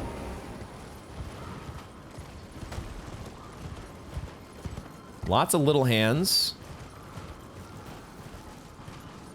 I don't see any reason to exhaustively clear all the hands from this area. Ah, I did see this golden sapling as we were running by. I wasn't as enthused. It's not quite as enthusing to find a golden sapling now. If we are in fact at maximum flasks, that is very unexpected. Out of, I don't know where it ranks on the million things long list of unexpected items in Elden Ring, but it just feels like we're still so early in the game. How are we at max flasks already? Okay. You sort of got me? Sort of. We're already at max flasks, though, and I haven't even gotten done with Mount Gelmir. Just found the map for Mount Gelmir. What would you have if you guys had to guess if there were a poll at the beginning of the Elden Ring playthrough? What happens first? Akinar gets maximum flasks or finds the Mount Gelmir map? What would the results of that poll been?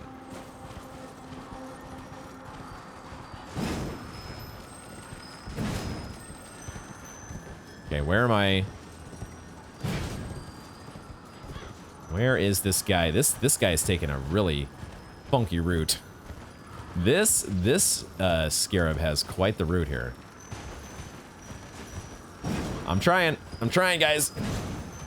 It's the scarabs are just too fast to, like, if you're trying to follow them directly like this, it almost never works. You have to find the spot to intersect them. Like, this might be the spot. Maybe you're supposed to wait right here, and we like cast, you know, Wrath of Gold when the thing finally does come around. Because it does seem like it sort of stops here on this area for just a split second. Or more than a split second, you know. I am realizing now that this actually looks like the entrance to the Volcano Manor that we're eventually heading towards here. That troll with the hood looks like he's standing actually in front of that. Nope, too soon. Too soon. Jump the gun.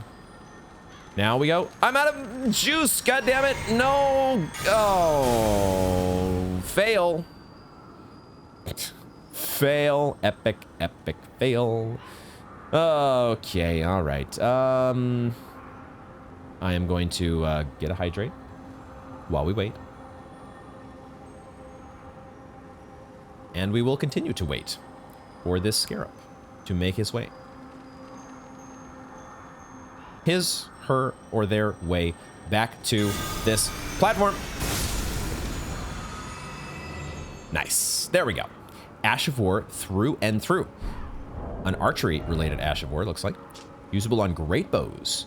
Powerful archery skill using a great bow held in an oblique stance. Ready the great bow, then twist the bowstring to fire a mighty great arrow that can penetrate through enemies. That sounds sick. When I finally do a great bow build. That will be pretty awesome, I bet.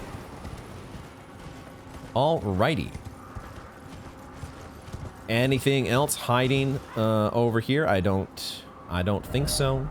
We are at the outer reaches of the map, and we are now the outer reaches of the map. Is it the outer reaches of the map? If we were to zoom out all the way here, how do we think? Actually, it is kind of like the western side of the map, it looks like. I get the feeling there's not going to be anything else out over here. Who knows? Maybe this is like the farthest that the map reaches northward? We'll see about that. There's still potentially so much. No, wait a second. Yeah, of course. There's like, this map's going to get so much bigger still. Don't Akinar thinking that this map we've reached the edge of the map. Fun joke. All right, what do we want to do against? What do we want to do against? I want to do my Cragblade. That's what I want to do against this big troll. Like, I'm okay using my sniper spell here to get rid of the little dinky marionette. That's just kind of a nuisance. But otherwise, I want to use Cragblade. Well, I need to two-hand the thing first. I need to do that first. There are still other marionettes to take care of here. Unfortunately, let's well, maybe not. Maybe not. Who is gonna be a nuisance in? Oh no, it's a Flame of Frenzy ogre. I said ogre. I meant troll. Dude has Flame of Frenzy. That is sick. Oh, that looks awesome. I don't think it's not a good development for us, but it looks sick.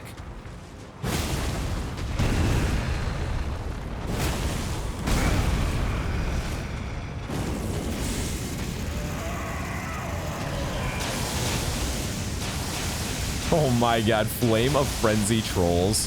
That is so cool. Dude, oh my god. We should... I don't know how we didn't get hit. I don't know how we didn't get hit. Can I really not get the repose? Seriously? Alright, fine. He doesn't have that much health. It's not like I needed a repose to get the victory, but fine. I just like the repose. They're cool. They're so cool. Let's drink. Because we're going to get a flask refill. Ah, I missed it. It's fine. No big deal. There is a message over there. There is an offline message over there. We've now seen a couple instances where the Flame of Frenzy has set in here on Mount Gelmir. We have the entrance to Volcano Manor as well. But we also have a message. From who? Who's the message from? From Alexander. I thought this a mountain of fire, but I hardly feel a thing. I'll have to head further down. Okay. Okay.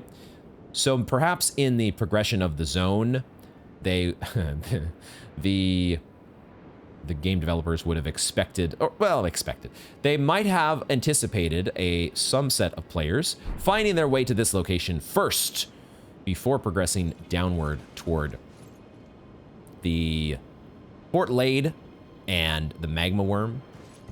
So if that were the case, this was a nice little signpost to point you toward Alexander's spa trip. So good to know. All right, is there I'm hoping. I don't really want to necessarily explore Volcano Manor just yet, but I was hopeful that there would be a site of grace potentially. We can take a moment though and look. As my brain, I often have to I have to switch modes when I'm not exploring Volcano Manor yet, and so I don't switch into the mode of let me absorb every little detail that I can try to soak in. But I can briefly switch modes to do that here. The flames, these are a much deeper red here. They really want to give that red Volcano Manor aesthetic.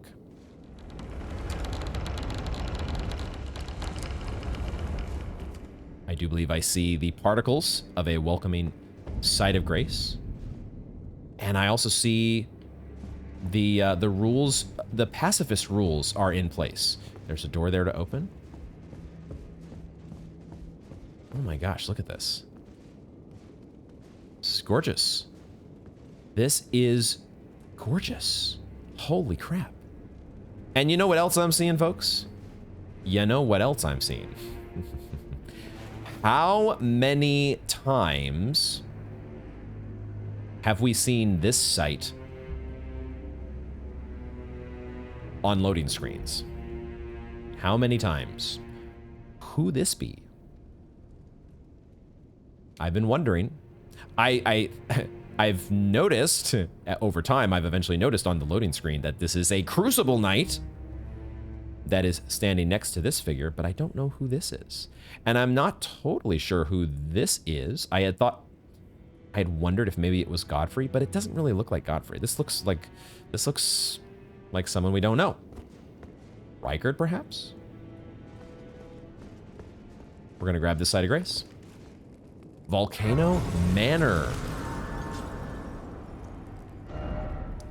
There is the main Volcano Manor checkpoint. Okay, I'm very curious to check this out, especially because it's treating this as almost like another round table hold, right? Or it's a site in the game where you're not attacking anybody, so it's not immediately. I had thought Volcano Manor might be similar to Stormvale Castle or any other number of castles that we've explored.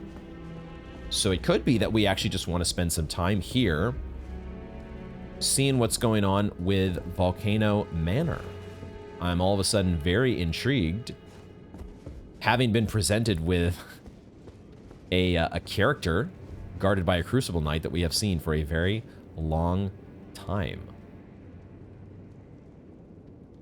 Is there any part of me that would want to spend any more time scouring Mount Gelmir before we do this? I feel like the game has kind of brought us here, hasn't it?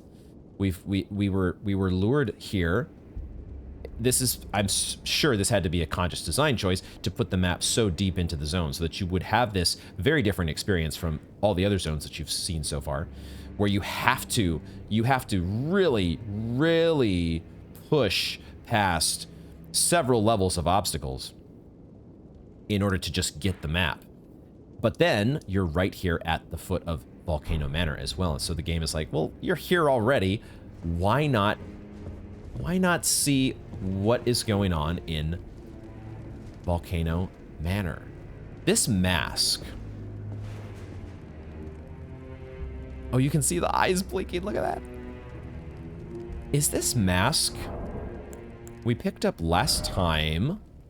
Did we not last time pick up the mask from Mirai? I think I might have been saying that wrong. Malay Mirai. I think that's probably how it's said. But this is not. It's not quite the same mask as yours. What about the robe? What about the robe? I had noticed that the Mirai robe, actually very similar to the official's attire, just added on a little, some other, you can see the difference there. It's basically the exact same outfit except for that part at the top. But I don't know how, it does appear to be a different symbol that this person has on their outfit. Let's go ahead and talk, shall we? Aren't you precocious? We rarely receive visitors to the Volcano Manor without invitation. Fascinating. And not unlike another guest we had long ago. So, tarnished. Have you ever harbored doubts about the burden of grace and the dogmatic ramblings of the Fingers? If you have, why not join the Volcano Manor and fight with us, rise with us, against the Erd Tree?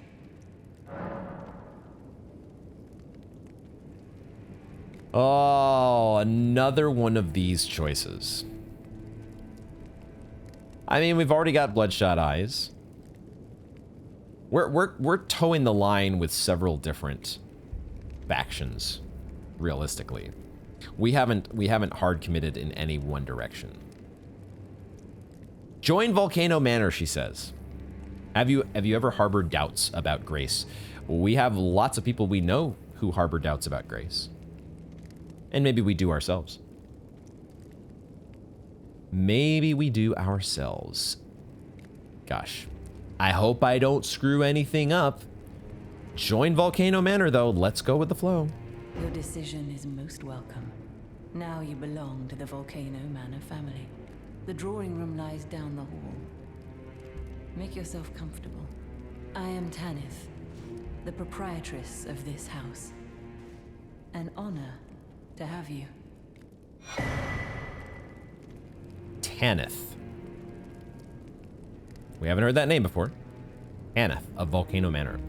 And she's given us the drawing room key. Okay. Oops. The drawing room key. The door can be found in the westward corridor upon the left-hand side. We have an invitation. I forgot to check this, but we do have an invitation that was given to us by Raya, correct? I think we have an invitation. You know what? It's actually not in key items. It's actually in info. Yeah, Volcano Manor invitation. Letter given by Raya. Brave Tarnish seek the Eldest Plateau. Prove yourself in making the journey, and the Volcano Manor will fully extend its invitation.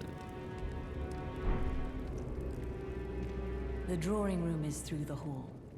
Use the key I handed you, and make yourself comfortable. I don't suppose the Crucible Knight talks? The drawing room is through No. the hall. Use the key.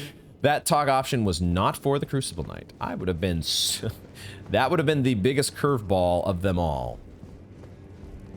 A talking Crucible Knight. That's not a thing. Never. Okay. It said to the west. I guess we're facing the west now. And of course I did see this very luminous figure at the end. Is that Dialos? Who that be? I want to find out. But I also want to check. I also want to check up the stairs. I do want to go up the stairs. But I also want to check this door that we passed by on the way in. Cannot open from this side. Okay. Okay. All right. We're going down the hall first. Because perhaps there is one of these. Someone please kill him. That horrendous serpent. Praetor Rykard.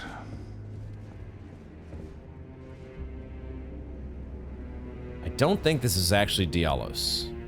I feel like this is somebody new. That armor kind of looks like one of the Landel soldiers. Am I seeing that correctly? Landel soldier armor. What was it called here? What was it called? This guy. Landel Knight. Kind of looks like a Landel Knight's armor. Oh yeah, and it has like the little pointy... I definitely noticed the, like... Is it a shield? It's such a small little... The left breast is emblazoned with a symbol of Erdtree worship. That's what it is. And that definitely... well, definitely. Is that the symbol of Erdtree worship? That may be something different. It's very scuffed. And it's also kind of clipping into you a little bit. But it's knight's armor, I think. You're tarnished. Here to put the demigods to the sword. Then please, kill the great serpent. The one that devoured Praetor Rykard. I left the serpent-slaying spear in the Lord's chamber. Worthy tarnished. Brandish the spear and run him through. The great serpent. That unspeakable monstrosity. Oh. A serpent has devoured Praetor Rykard. I thought Praetor Rykard had a serpentine demeanor. That's what I remember Gideon telling us. But that's... if a serpent actually just ate him. What's going on here? Praetor Rykard's ambitions, though blasphemous, marked him a worthy sovereign, but they were reduced to gluttonous depravity once he gave himself to the serpent. Whatever that thing is, it is no longer Praetor Rykard. Someone must kill him to spare him and and his ambitions from further dishonor. Sounds like some weird shit. Praetor Rykard gave himself to the serpent. It sounds like maybe he has, like, merged somehow with a serpent. Whatever that thing is, it is no longer Praetor Rykard. The other thing that's on my mind is I think I recognize this voice actor as not Morn. That was not his name, but he was from Morn in DS3. I'm so many things about DS3 that I've forgotten, but there was the character who was sworn to protect the blind maiden. I think that's the same voice actor. Pretty sure that's the same voice actor. It's awesome, awesome voice actor, as so many are in the FromSoft games. Worthy tarnished. I left the serpent-slaying spear in the Lord's chamber. It is the only thing that can kill that horror. Run it through. The great serpent, that unspeakable monstrosity. I think we'll probably be willing to do that. Running through a giant serpent, I don't think we'll be opposed to. Especially if it means we get a great rune. That definitely will seal the deal. I do want to look up this this character from DS3. Let me just take a moment and see if I can find who this was. Aegon of Karim. He wasn't from Morn. It was from Karim. That's who it was. Aegon or Aegon, I don't remember exactly how it's pronounced, but he had the Morn's armor. I think that's where Morn came from. Or Morn's great hammer, Morn's set. Yeah, he did have that stuff. Yeah. Aegon of Karim. So yeah, we've been given ourselves, what did he call it? The serpent slaying spear. The serpent slaying spear is somewhere in here, maybe. There's several doors that we have passed by. I guess we'll start with the closest one. That is the drawing room key that we have used. So we are into the drawing room. There he is. Dialos is here. Okay. Along with a whole bunch of other folks. There's Raya. And who this be? There are some items here. And someone new. With a really, really amazing looking armor set. And oh boy, is that a snake that is wrapped around your mace? What is this armor set? Holy shit. Is it? Okay, I'm seeing, this is quite the sight to decipher here. It almost kind of looks like the Banished Knight, the Banished Knight toe box on these, on the greaves, but it's also very, very different. I see what looks like lion's heads in the helm, but there maybe are also wings to the side. This is such a, what in the heck? It's really super sick. Okay, Raya is here. I want to talk to everybody. Was there just another set of doors here that we could... No, I guess we can't interact with that set. Those doors don't open.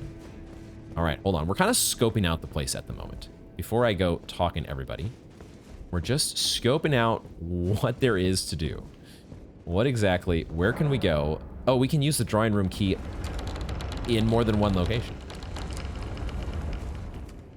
They just wanted to make sure that we talked to Tanith before we went talking to everybody else.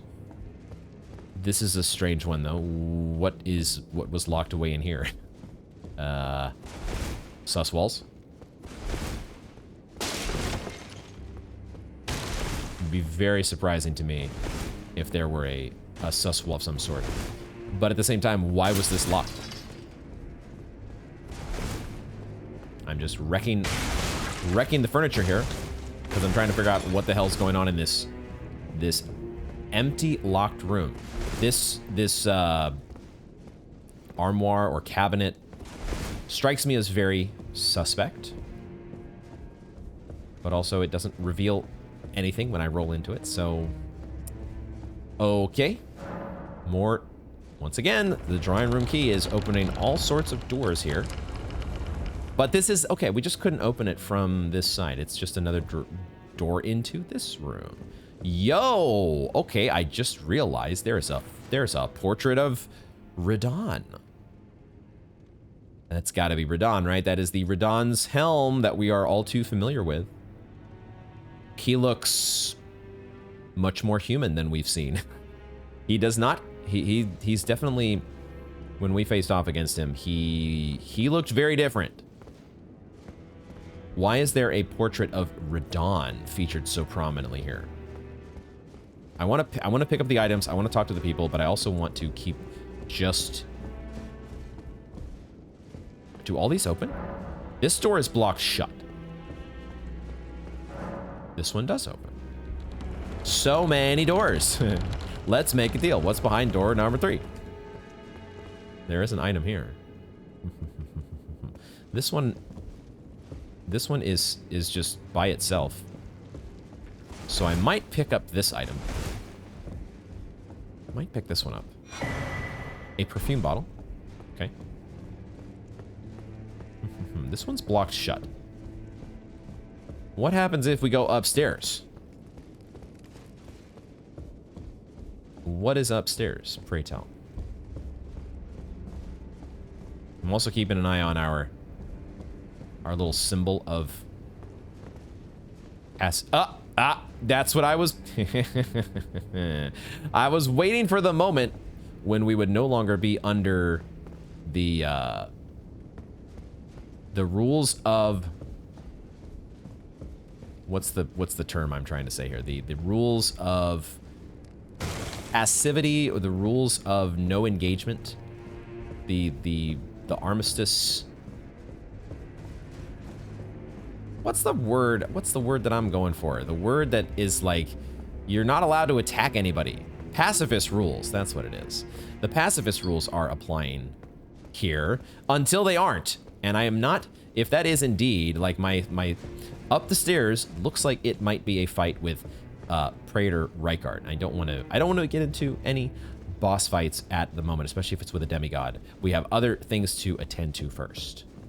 So I took my usual break and booted the game back up, and the spirit that was down here, Igon's spirit, who was directing us to pick up the serpent slaying spear, he's gone.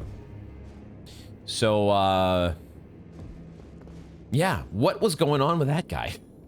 Why did he look like why did he have the Mausoleum Knight glow? And who was he? So many questions just added to the list of never-ending questions. Why don't we go ahead then and let's see if anything else has changed. As I had my little rejoinder for after the break all set up, and then all of a sudden was thrown this curveball of our spirit disappearing. I didn't even get the guy's name. God damn it.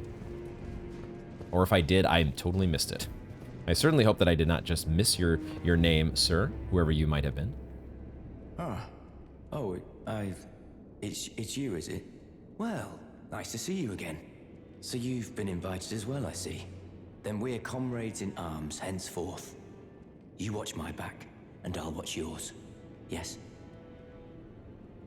Sure, Dialos, sure, wink wink. He sounded so enthused to see us again, like, oh, you got an invitation here too? Oh. I can tell. You're wondering about Lanya. Well, you see, after much internal debate, I've come to realize revenge is not the answer. According to Lady Tanith, I've got the stuff of champions. And champions, ironic as it is, are oft forced to walk a tainted path. It hit me like a bolt from the blue, that my former thoughts were simple naivety. Of course my heart weeps for Lanya. That unfortunate incident was a cruel twist of fate indeed. But succumbing to the pain and sadness caused won't make me a champion, will it? Lanya knows this, I'm certain. Fate has laid hard roads for us both, but such is true of any road trod by champions. So he was all dead set on revenge until Lady Tanith laid a whole bunch of promises at his feet. Yeah, you'll be a champion in no time. And he changed his tune pretty quickly, didn't he? I'm sure Lanya would agree.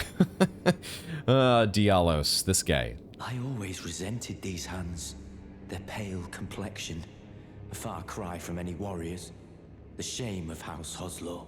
But that won't be the case for long. They'll be darkened by grit once I've set out on the path of champions. The tale of House Hoslow is told in blood, after all. That's right. I'd forgotten the catchphrase, the slogan of House Hoslow, and its tale being told in blood. What exactly is this Path of Champions? I always resented a pale, but that won't be the. They'll be dark. The tale of how. He's been a noble for far too long, and he's never really liked it, huh? He always wanted to get his hands dirty. All right, we're going to get to we're going to get to you in a moment, but we've got to catch up with Raya as well. It's been a while. Hello again, brave Tarnished. It is a shame that I did not beckon you here with my own hand. But I am pleased that we meet again. Here at the Volcano Manor, under Lady Tanith's guidance. May you tread the path of valor. I remember now. At least I think I remember. I'm gonna double check my notes. But all of a sudden it occurred to me, this name, Lady Tanith, it was mentioned by Raya before, wasn't it? Let me pull it up here. Let me get the dialogue. Raya's dialogue. 1 second. Raya. There we've got our link. Let's open this up. And search for Tanith. Not, there we go. In the service, yes, I am Raya in the service of Lady Tanith of the Volcano Manor. Duh. Of course. Okay. I seek a stalwart Tarnished who might join our house. Why did she say that I wish I would have invited you by my own hand? She gave us this invitation, didn't she? Was it not written by her? She gave us the letter. The quote there, maybe it wasn't her who wrote the note. It was somebody else and she just kind of passed it along. Maybe it was from Lady Tanith? Brave Tarnished, under Lady Tanith's guidance, may you tread the path of valor. Okay. Brave Tarn under Lady. All right, not too much new from Raya. Raya is certainly quite the character. I do want to pick up these items in just a moment, but man, I want to hear your story. You. What in heaven's name are you doing here? The Volcano Manor is a pit of recusants who spit at grace and hunt our own kind. I hope you understand the weight of my words. No, I actually don't. I actually don't understand. I'm gonna go with the no option here because I have a feeling we're gonna be repeated. This choice will repeat itself. Then you must leave immediately. Those with weak stomachs have no place here. What in the world? What is going on here? I am so confused. I thought I told you to leave. Or do you claim to understand what it means to be a recusant, renouncing grace and hunting down one's own? You know, I really just don't understand much of anything, but I'm gonna play along, because that's what we always do. Well, as long as you understand what you're saying. I thought you were tarnished, bred by virtue. Perhaps playing that part led you to your doubts, I wonder. But know that the path you walk is blasphemy and leads only to a miserable death. Before you consider hunting any of your own kind, think on that.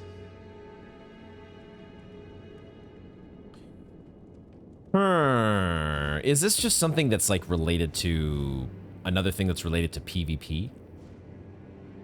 Giving some backstory to hunting those of your own kind? This blasphemous path leads only to a pitiful death. Before you consider hunting... I see, I see. What the hell? Why do you all have to talk in such cryptic language? Why can't you ever just Before you consider openly explain yourselves? Because then it wouldn't be Elden Ring, would it? What do we have here? A letter from Volcano Manor.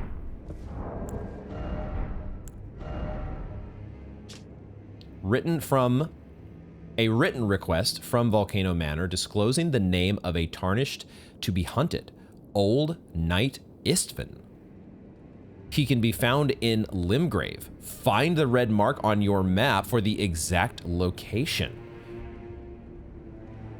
It does feel like there is supposed to be some sort of PvP tie-in, like if we were playing online, the House of Recusants. We've seen this several times, right? We've been invaded by Recusants, like Anastasia, and also like there was some guy at the very beginning of the game back in Limgrave near the Colosseum who was also a Recusant, I think.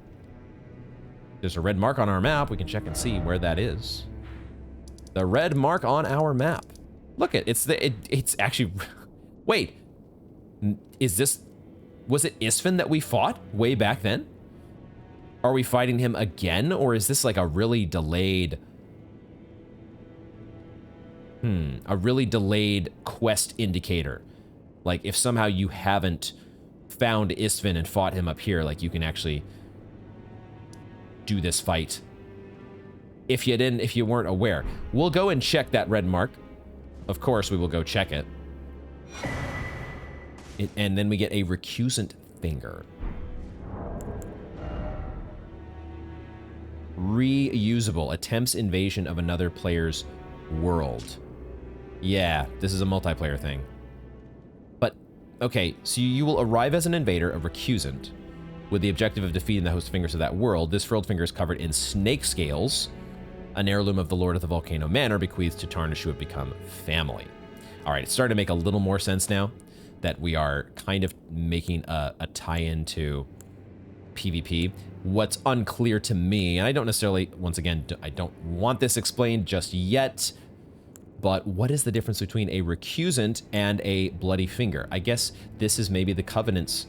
We're not explicitly joining covenants, but we do have these different ways of invading, kind of like you did in DS3. You could invade as a red invader, a bloody finger, or you could invade as, what was that one guild covenant that was more purple? The purple invaders. Yeah, that's all we're doing here, really. That's all we're doing, isn't it? Okay, all right, no more complicated than that. I don't think. Maybe there's more to it. Maybe there's more to it. We picked up the item that was in the other room. We should check one more time with Lady Tanith. This is still blocked shut, I would presume. We should check again with Lady Tanith, just see if she has some additional dialogue. Of course you were Lady Tanith. We knew this from Raya from long ago. Did you read the letter left for you? That is the task the Volcano Manor desires you enact. You will be compensated once the deed is done. Good luck. If you are loath to hunt your own kin, so be it. But you must leave this house at once. This is a war against the Erd Tree. We have no place for the meek, nor the luxury of keeping clean hands. See, then they bring in this part about it being a war against the Erd Tree. And that's where it feels like it's a little more than just a multiplayer component. I don't know. Maybe not. The letter describes the task the Volcano Manor desires you enact. You will be compensated once the deed is done. Good luck. Okay. Let's go try to do the deed. Look at that list of people though. I like the title there. Tanith Volcano Manor Proprietress. No, Proprietress. Okay. Raya the Scout. Recusant. Wait a second. Recusant Bernal. And Knight Dialos. Bernal. Wait a minute. Wasn't there a Knight Bernal? Yo! Whoa. Knight Bernal has become Recusant Bernal. Oh, what the hell? Whoa. Okay. Okay. I did come back here to the War Master's shack when I was doing my backtracking off camera previously, and Knight Bernal was still here. No new updates with him. Turns out we needed to get to Volcano Manor. What? It just so happens that this is also a very close checkpoint to... Let's just put the beacon on our map. It's a close checkpoint to this... Is it a repeat? The wolves. Forgot about the wolves making their little entrance there. Is this a repeat encounter with Knight Isfin? Man alive, they do it again? How many? Good lord. Y'all need to freaking chill. Settle the hell down. There is something here. There's just a take my beacon off the map, but there is a summon sign? Or the ability to invade old Knight Isfin's world. Okay. Can I do this stuff where I put on my my buffs before going in, or do they get canceled out once you cross over into another player's world? Is that all forgotten? We'll find out here in a moment when we invade old Knight Isfin. Okay. Was it Knight Isfin that we fought before where he invaded us? So is that it's a repeat fight, except it's just the other way around? I think we did lose our buffs, by the way. Everything got... Oh, we are playing under the invader rules where we have half flasks. We have half of our flasks. Oh, gravity. Okay. You've got some gravitational moves. Got it. You interrupted my Cragblade. Rude. Rude, he keeps interrupting my Cragblade.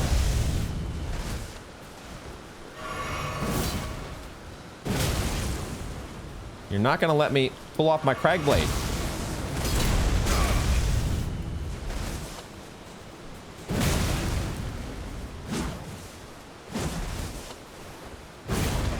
He's already out of flasks. Okay. We're the ones supposed to be playing with the reduced flasks here, my dude.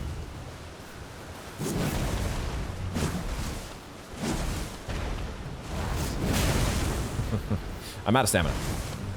And you are about to be out of health. We just need one more little beast claw for the road, and our host has been vanquished. Ah, there we go. We get a rune arc. This is what I suspected. I have not done this yet. Any sort of, you know, I guess we get some scaled armor. Okay, we'll check that out here. Interesting. Interesting. Yeah, they're introducing you to the PvP element. Even if you aren't playing online, you get to experience it a little bit. You get to get a taste. I guess we also got a taste of this. We got to progress the quest line with what's his face? Vare, our Bloody Finger Covenant ambassador. We got to do that. Where was it? It was somewhere up here in the, like, the Writhe-Blood Ruins. I think it was actually directly in the Writhe-Blood Ruins. I don't remember who we invaded, but I think we did it as a Bloody Finger, and we made short work of them as well. And that allowed us to do the whole thing with Vare. But did it also net us a rune arc? Because I think this was the mechanic in DS3, is that if you successfully invaded somebody else's world, then you got your Ember status restored. Just like if you did a co-op to boss with somebody, you would get your Ember restored. And I'm guessing that's what would happen here in Elden Ring. If I went online to co-op with somebody else or to invade other people's worlds, I would get a rune arc in return for that, if I did it successfully. I don't think I would be very successful going into other people's worlds online because I suck at PvP. So that would be not a good use of my time. We do, however, have the scaled... That looks pretty cool. The scaled helm, scaled armor. The old armor, helm, gauntlets, and greaves worn by old Knight Istvan. The corroded metal is reinforced with rock-hard scales, making it highly effective against non-physical attacks. Istvan is one of the few wizened Tarnished who survived to this day. What the hell is a wizened Tarnished? What is that supposed to be? Okay, back to the Volcano Manor we go. And see what we have. What's our prize? What is the wonderful prize that we will have won by dispatching with, I guess we're now a recusant. It doesn't seem, so far, I don't get the sense that, you know, yes, we're like against the Erd Tree, or, you know, we are bringing the Lord of Blood into the reign of the Lord of Blood. We're bringing that into existence. It doesn't feel like these quest lines so far are mutually exclusive, that helping Volcano Manor or helping Vare is going to get us in the red with other factions, like it sort of would in World of Warcraft, competing factions that wouldn't be very happy if you were helping the other side. It doesn't feel like that's what we're getting here in Elden Ring. I'm hoping that's the case, because I kind of want to do it all. I just want to play the game. You've completed your task. I am pleased. Now you are a recusant true, and a full-fledged member of the Volcano Manor. This is your reward, as promised. Oh, we get an incantation. Sweet. Magma shot. Never forget that the recusant fights to tread the path of the champion. The way is tainted, but for this very reason, it is the true path to valor. I see. Oh, or so you claim. But with your imposing Crucible Knight over here, who am I to disagree? We got a sweet new, oh, I say sweet, but then I see it requires 19 intelligence. Okay. And it's a sorcery. Never mind. It is not an incantation. Well, okay. All right. A fire sorcery fires a lump of magma that explodes on contact. Charging enhances potency. One of the sorceries developed from the magma of Mount Gelmir. After discovering the ancient hexes of Gelmir, Rykard, son of Queen Renala, brought them back into practical use as new forms of sorcery. The ancient hexes of Gelmir. Okay. All right, the magma shot. I want to try that, though. I want to try it because it's fire. It's supposed to be an incantation. Why you gotta... It is cool that they...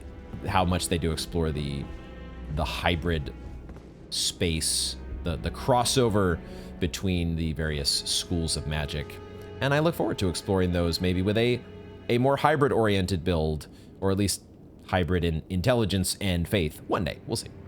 Have you ever heard any strange sounds here at the manor? Something beyond the walls, like breathing or slithering scales? Oh, Fi, what am I saying? It just isn't possible. I must be tired. You may be tired, but it could also be that there is a massive snake somewhere around here. That's what I've heard. That is the rumor going around. So don't think you're going, you know, completely crazy. Do you actually have bloodshot eyes like us?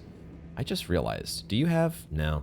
No, it was just the lighting from this angle made it look like you had a little bit of bloodshot eyes going on. Sometimes I hear strange sounds beyond the walls, like breathing or slithering scales. Oh, perhaps I'm just feeling tired. Well, let me know if those, if any of those slithering sounds turn into voices. If you start hearing voices... Oh, wait a second. There's another piece of loot here. There's another piece of loot here that was not here before.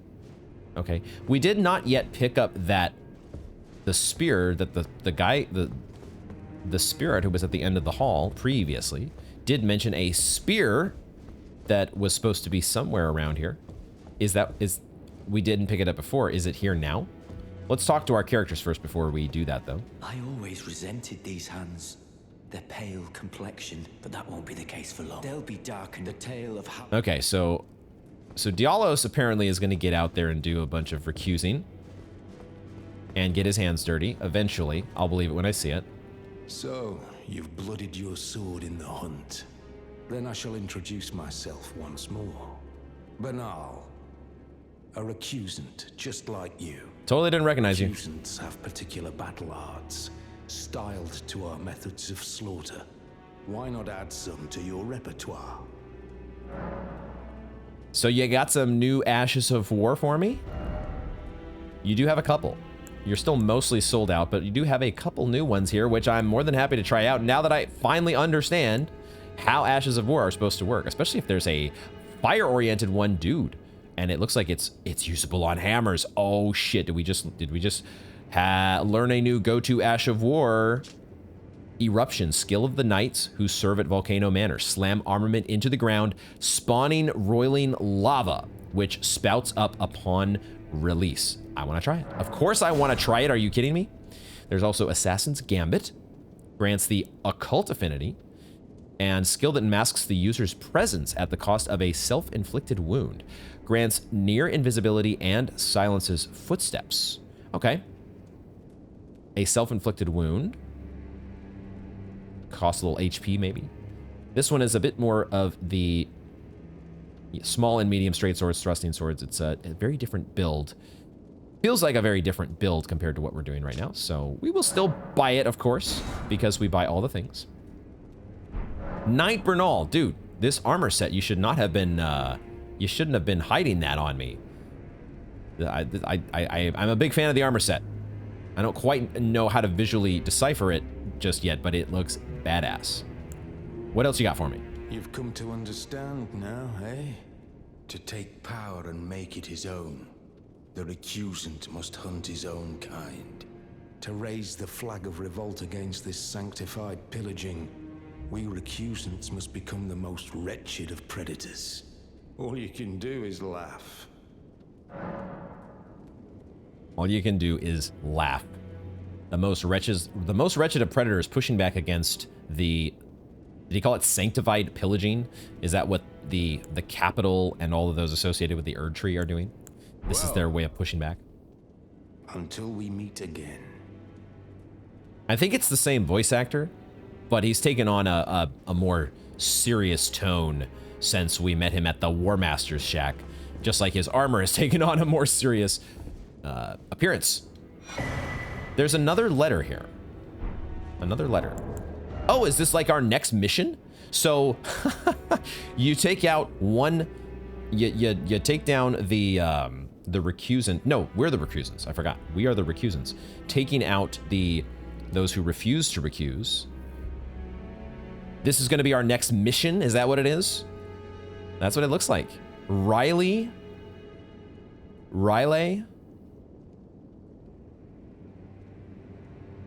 I'm always terrible with pronunciations, or at least I think I am. Relay the idol. Let's go with that. He can be found in the Altus Plateau. Find the red mark on your map for the exact location. Huh. Maybe we're doing some recusant hunting today, folks. I really want to put this Ash of War onto my... I want to equip that. Let's do that.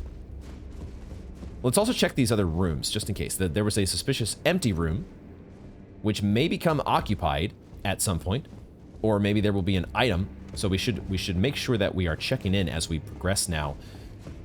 I guess we are making progress in Volcano Manor. So we need to be a little bit observant here to make sure that I thought for a second there's a dead NPC on the ground. Oh, right, there was a loot corpse in here. Oh, do you hear that?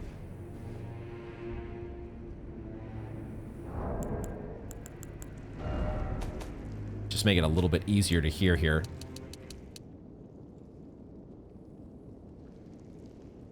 There is slithering going on. Those of you with headphones on can maybe just barely hear it. In the right-hand side of those headphones. But I hear some snaky sounds. They're there to be heard. Raya is not... Well, maybe Raya is hearing things, and we're also hearing things. It could be. But I don't think Raya's hearing things. I think there's an actual... This was blocked from the other side, right? Or cannot open from this side. I think there's some sort of snake in that room.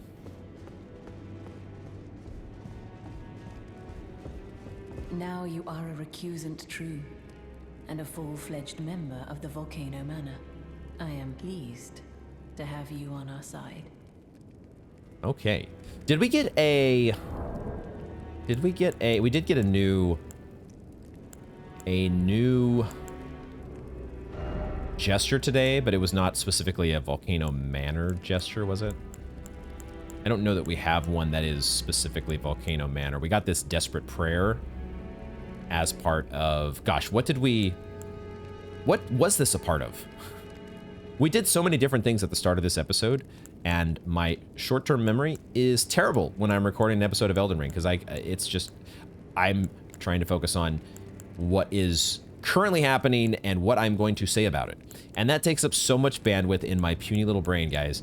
I don't even remember. We're gonna give just a regular old curtsy here. That's what we're gonna do. We're gonna give you the curtsy because we're given the recusant curtsy, and we're on our next mission for Lady Tanith and not House Hoslow, the Volcano Manor. Maybe it's for House Hoslow. Oh, okay. You are hiding out here, I see. Riley Relay. I guess we will go then to...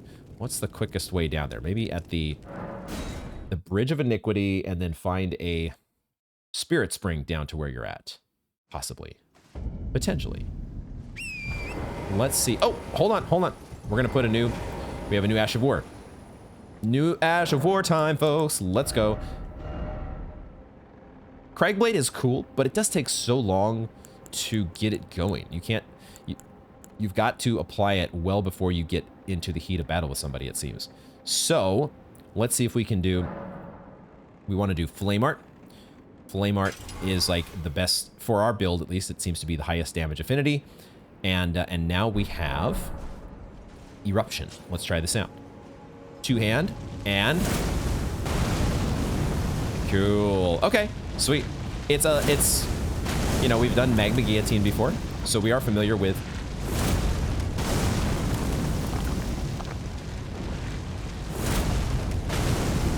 busting out the magma. But this is a fun new variant on that. And it looks like it might be a little bit more... Well, we gotta try it out. Let's see. Let's see how it does in battle. And then we will know whether it is better than Cragblade or not. We shouldn't necessarily give up on Cragblade. It's just that there's been a few instances here where Cragblade has taken its time. It takes a little while for it to apply its full buff, and if somebody interrupts you in the meantime, we apparently don't have enough poise to overcome that. Here's the Spirit Spring that I was looking for. Get me down here. Let me check my map one more time. Here we go. Put the beacon on the map. Get ourselves to the recusant invasion point. Over in this direction. I guess that's what this episode has kind of turned into. I was like, I don't really want to start checking out Volcano Manor just yet, guys. And then guess what? New title, new episode title. Invade, Relay the Idol's world. How idle are we talking here? If it's like if you just wanna, you know, sit around and do nothing, I'm okay with that. You don't look like you're gonna be that idle.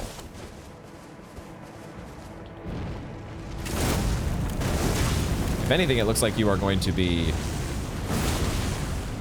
I don't know. Let's find out. Let's find out. You got a crossbow. You're a fan of the crossbow, huh?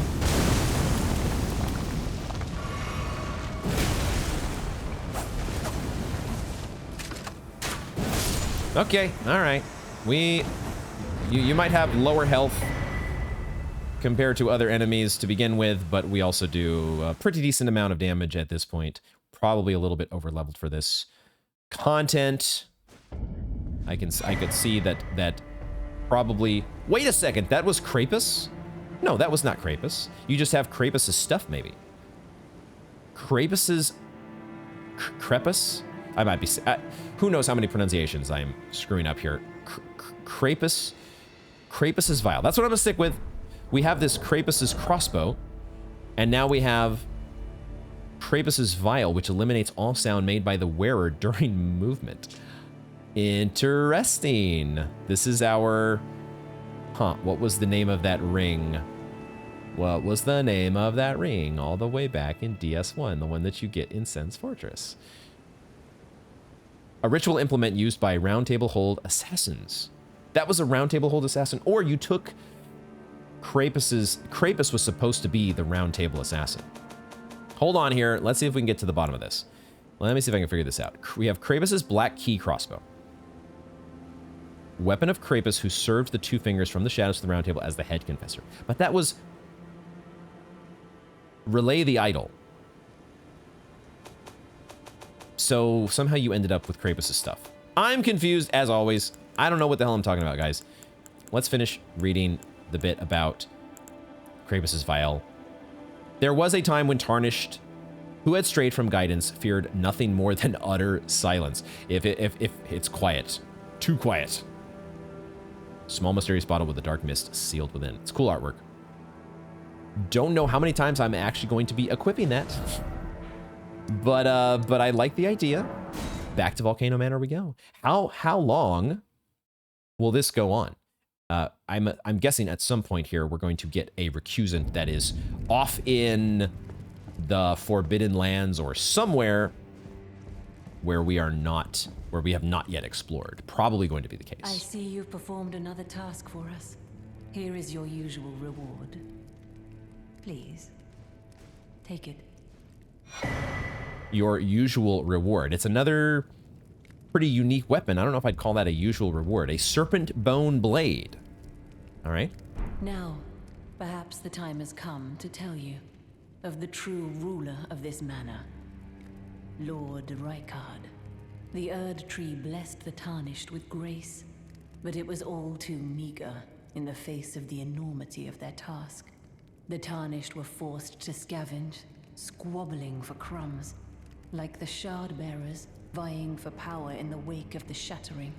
Our Lord, indignant, has refused to scurry about, fighting over what miserly scraps they allow us. If the Erd Tree, and indeed the very gods, would debase us so, then we are willing to raise the banner of resistance, even if it means heresy. We at the Volcano Manor, under Lord Rykard, have sworn no rest until it is done. If you follow this heroic path, one day the Lord will see you. The Lord's visits with our champions are always a spectacle. It cannot come a day too soon.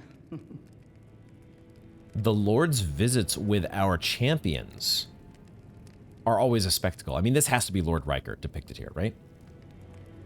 Volcano Manor has definitely gone its own way. It does not subscribe to the Golden Order, and it feels as though they were somehow almost... It's really unclear exactly how the politics of this world have played out in the past. We know that, like she mentioned, the Shard Bearers, these demigods, were vying for power in the wake of the Shattering. But also she talked about the Tarnished who have been scavenging for scraps. And Rykard and Volcano Manor said, we're not going to do that. We're going to go our own way. Not sure I quite understand what that all entails. I think I recounted the high-level strokes of what she said there, but there's some details, a lot of details that need to be filled in still. If you follow this heroic path, one day the Lord will see you. It cannot come a day too soon. Okay, let's check back down the hall. Wait a second. He's back. Our friend is back. Where did you go? Uh-oh. Dialos is gone. And Raya is gone. Stuff is happening. There's another... potentially our next mission there on the table. What is going on here, folks? What is going on here? Let me turn on my lantern. I'm gonna check the other rooms and see. Okay, what?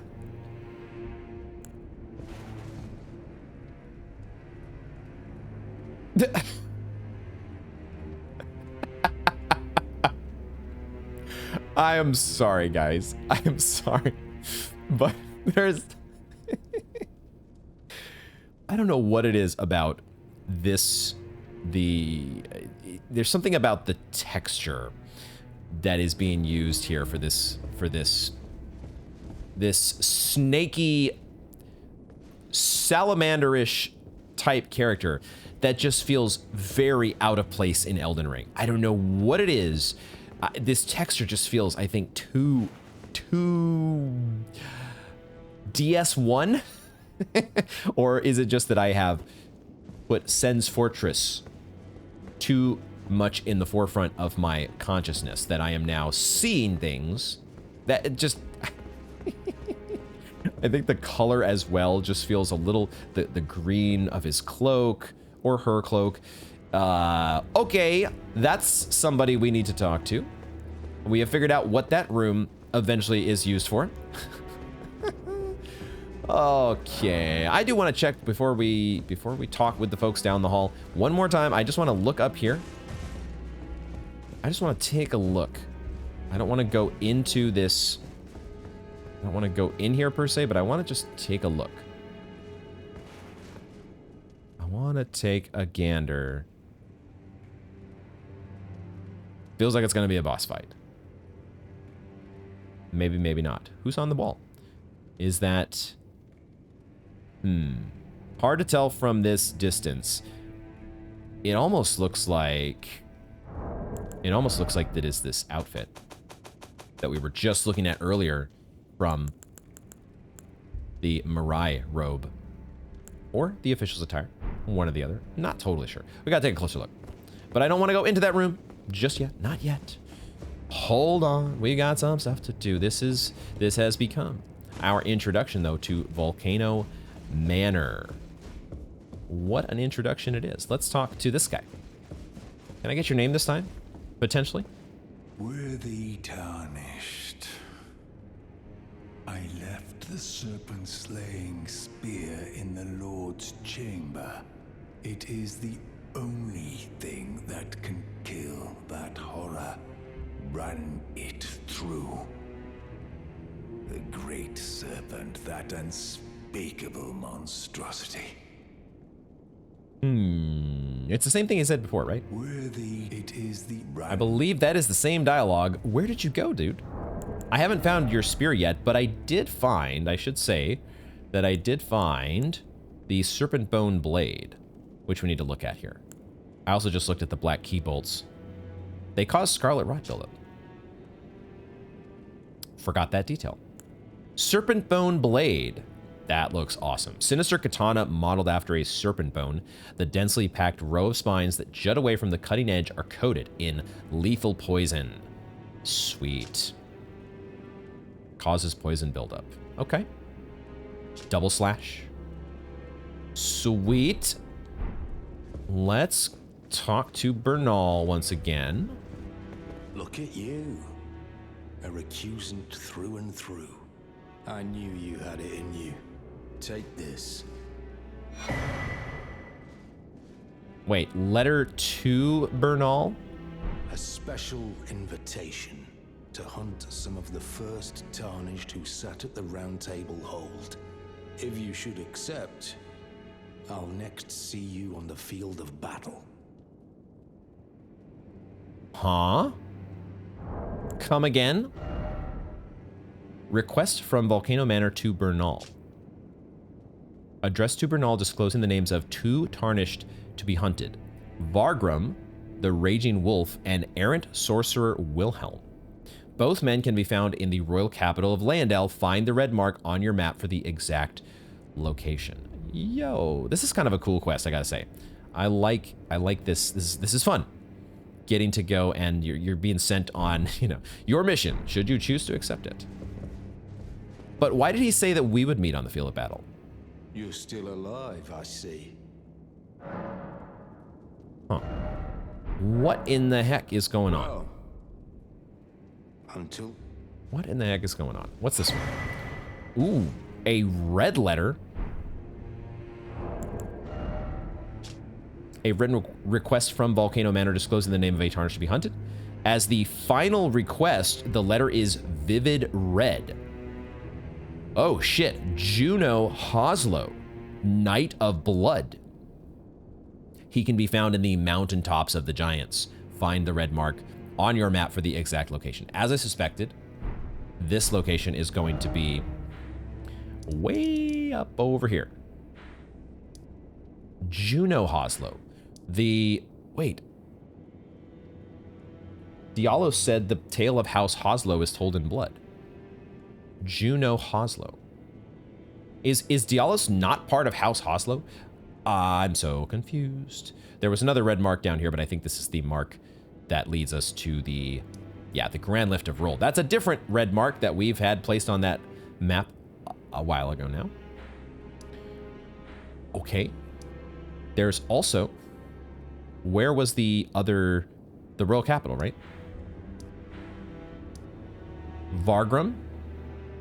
And is there not a second mark for the other guy, Wilhelm? That name sounds familiar, by the way.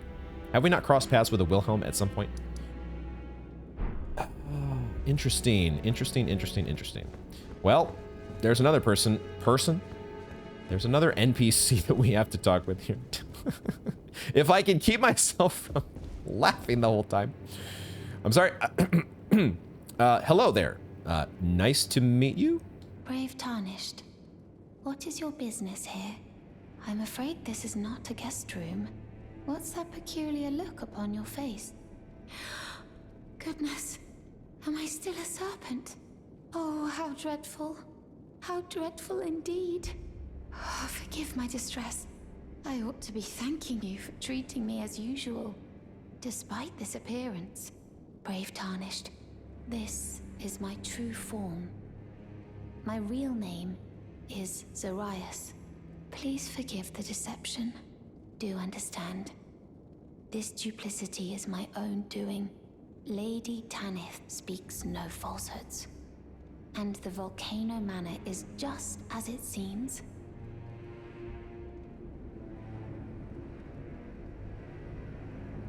Raya was actually Zarias. I should have known. Oh, the eyes were suspicious that whole time. I just, like, the eyes are a little bit off. There was a good reason. Oh my, am I still a serpent?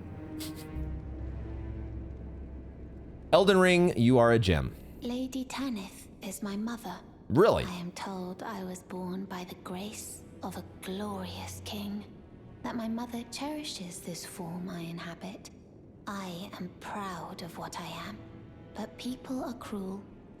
If they saw my true form, they wouldn't speak to me, and so I assume a guise when seeking new recruits. But you are not like the rest. You could say that. At the same time, it's probably a good idea. It's probably a good idea that we met the way that we did. And not like this. We would have talked to you. We would have talked to you at the time. But it would have definitely have been a different encounter. That's for sure. Lady Tanith is your mother. That puts all sorts of... Well, okay. If this is your true form, who is your father? Rykard? Wouldn't be too surprising, would it? Raya? Rykard? And because we know Rykard is supposed to potentially be a snake or something.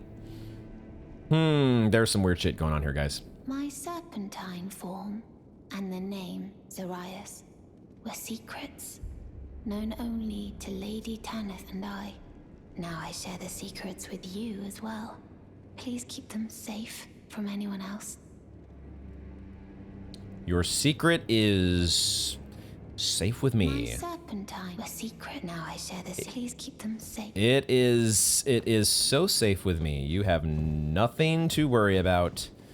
Lady Tanith, I have learned something. Would you care to elaborate on this knowledge? If you follow this, it Nope. cannot. Oh, there it is. Okay, there is some dialogue about Zariah's form. Yes, yes. Let's address the giant snake in the room, shall we? Did you see her? The girl, Raya, with her true face. Well, if she confided in you the name Zarias, then perhaps it is not my place to speak. But as her adoptive mother, Oh, sure. I ask of you, please be kind to her. Look after young Zarias. Her true visage belies the purity of her heart. Honestly, I hardly deserve the sweet child. Ah, yes. Adoptive mother. Let's go with that. Please be kind to her. Look after young Zarias. Her true visage belies the purity of her heart. Of course, I'm going to be nothing but kind to young Zarias. It is not within my ability to be anything but the kindest of heart to anybody except for Patches. So let's make our way. And I guess Fia as well. Fia did not exactly get on my good side. But I'm definitely not at that point with Raya. Raya is sorry, Zarias. Zarias is, oh, this is in the Round Table Hold. Of course. Of course it's in the Round Table Hold, aka the Fortified Manor, or whatever the hell it's called here in the Royal Capital. Of course it is. We're gonna give ourselves some freebies because we are right by a side of grace. No, it doesn't matter. We're going into, I forgot, we're doing the recusants thing. It doesn't matter. That shit don't matter. We are going into recusants land. All those freebie buffs, the game doesn't give. Oh, it's two of them. Okay, that could be a little bit more of a, that could be an interesting challenge. Vargrim and Wilhelm at the same time. Let's see how this goes. This could end horribly. We're going to try to give ourselves Golden Vow to start if they are not completely on our... Oh, wait a second, I have an ally. I get an ally. Oh, that's what's going on here. Oh, this is kind of cool. We've got like the standoff. This is the slow walk of... Oh, is this guy wearing a stone crown? Look at this guy. Look at this nerd. Look at this motherfucker with the stone crown. Bro. My stance has been broken. Come here.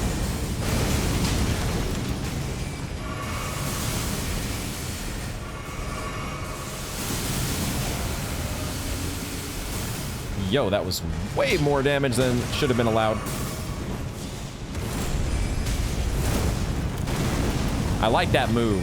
Whatever that move is that Knight Bernal has. Can I get a backstab on you? I would like to do a back smash, please. And then you are out of here. Oh, he's got the Godslayer's greatsword, dude. Oh, shit. Vagram the Raging Wolf has the super cool... Okay, mad respect for using the Godslayer's greatsword. You didn't get to pull out the Black Mortal Blade against us. I forgot to do... I should have done a gesture there to salute Recusant Bernal, my comrade in arms, taking on the Raging Wolf. Salute to him. Not so much of a salute to the nerdy stone crown. Out of my game, nerds. Oh boy. This is fun, guys. I'm having way more fun with this whole recusants thing than I thought I was going to. We got the Raging Wolf armor set here, worn by Vargrim the Raging Wolf, one of the first Tarnished to visit the Round Table Hold.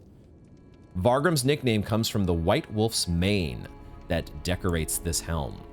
And according to the old legends, wolves are the shadows of the Empyrean, and this is what Vargrim aspired to be. I want to try this. I want to try this on for size. Let's see what the Raging Wolf helm looks like. Actually, I'm not a fan. I'm not as much of a fan of that. It's too. I love the presence, the presence that is inspired by Lionel's helm. But let's check the other portions of the armor here, maybe because this one does have a pretty cool cloak attached to it. I gotta say, I kind of like that. That is pretty sweet. The Raging Wolf gauntlets. Oh, wait a second. Raging Wolf? Wait a second. Hold on, folks. Raging Wolf? This is not a shout out to Artorias, is it? Is this an homage to Artorias? Can we get in? We need to get in a spot here where we got a little bit better lighting. Hold on. Hold on. Not that way. I want to go to the fireplace. There's a fireplace over in this room, right? Hold on. Hold on. 1 second. We got to get a look at the Raging Wolf. Is this a shout out to Artorias? Maybe, maybe not. Not sure. But the fact that they say is one of the first to be at the Round Table Hold, I don't know. That just my mind went to Artorias, but maybe not. Either way, we're gonna put back on the. I like my Lionel's helm. That's going to stay there. Let me check my equip load. Oh, we've gotten much lighter armor on all of a sudden, so I can afford to put on. We can go Lionel's Greaves. I'll mix and match the exact fashion souls eventually, but let's head back to Volcano Manor and see what progression we have with Knight, aka Recusant Bernal Zarias. Zarias the Scout. So she scouts out potential recusants and lures them back to Volcano Manor. If you follow this hero, it cannot come a day too soon. So yeah, that objective that we had there with that little duo battle, 2v2, that felt kind of like a little bit of a side quest. And now she's in not serpent form. That is a fun touch. And now Dialos is here. Okay, I gotta admit, this is a pretty fun little character progression with all of the various sorts here at the, man, we probably should go back to the Round Table Hold and check in with at least, who would we check in with? I don't know. I might have already missed some dialogue. Who knows? Dialos might have gone back to the Round Table Hold at some point. Recusant Bernaldo. Ah, I had hoped you'd soon return. I have the reward from Lady Tanith. Take it. It's yours by right. Are you sure about that, dude? I mean, it was a team effort. But I guess there's only one incantation. Well, maybe this is an incantation. It might be a sorcery. Let us tread the path of the recusant together, till we reach the miserable death that awaits us. You're such a hopeful sort. The miserable death that awaits us. You're still alive, I see. Well. Okay, all right. Did you give us a sorcery? You did. Why are these sorceries? I want to do cool new fire things, but I guess we've had a lot of fire incantations. And they had to spread some love to these sorcerers out there. Covers area with surge of magma from the earth, covering the area. Charging extends the surge of magma. This sorcery is held to represent the fury of the volcano, but the arrogance of attempting to harness it is solely that of men and serpents. Dialos, what you so bummed about? Ah, it's you, is it? I'm terribly sorry. But would you mind giving me some time to myself? I haven't achieved anything at all thus far. Even though I've dirtied my hands time and time again, I'm still yet to achieve anything. Perhaps I am a fool after all. No, it's worse than that. As things stand, I've given up on the path of revenge and sullied the name of my house. What an easy mark I must have been. How did it take me so long to realize, honestly? There's just no end to my foolishness, is there? Dude, we seriously need to work a little bit on the negative self-talk there. Not a healthy thing. I have some experience with this. You've got to You got to turn that self-talk in a different direction. You also do sound kind of like me if I were trying to PvP. It sounds like you have been trying to go out there and invade others' worlds unsuccessfully, and you're now a bit tilted, or perhaps just distraught and feeling down on yourself, which is what I would feel after just failing miserably time after time trying to do PvP in one of the Dark Souls games. Perhaps I am a fool after all. No, it's worse than that. What an easy mark I must have been. Yeah, I feel you, dude. I know that feeling of feeling like an easy mark. Keep at it though. Keep practicing. I'm sure things will turn around for you. I see you have you've taken on your, well, it's not your normal form, we know now, but it is the one that is I'm actually not sure. I'm not sure yet which form is better. Zarias, the Scout. Oh, it's you. Forgive me. My mind never ceases to churn of late. Well, I know I can trust you. I saw something slithering in the pitch black of night. It entered the room next to this one and never came out.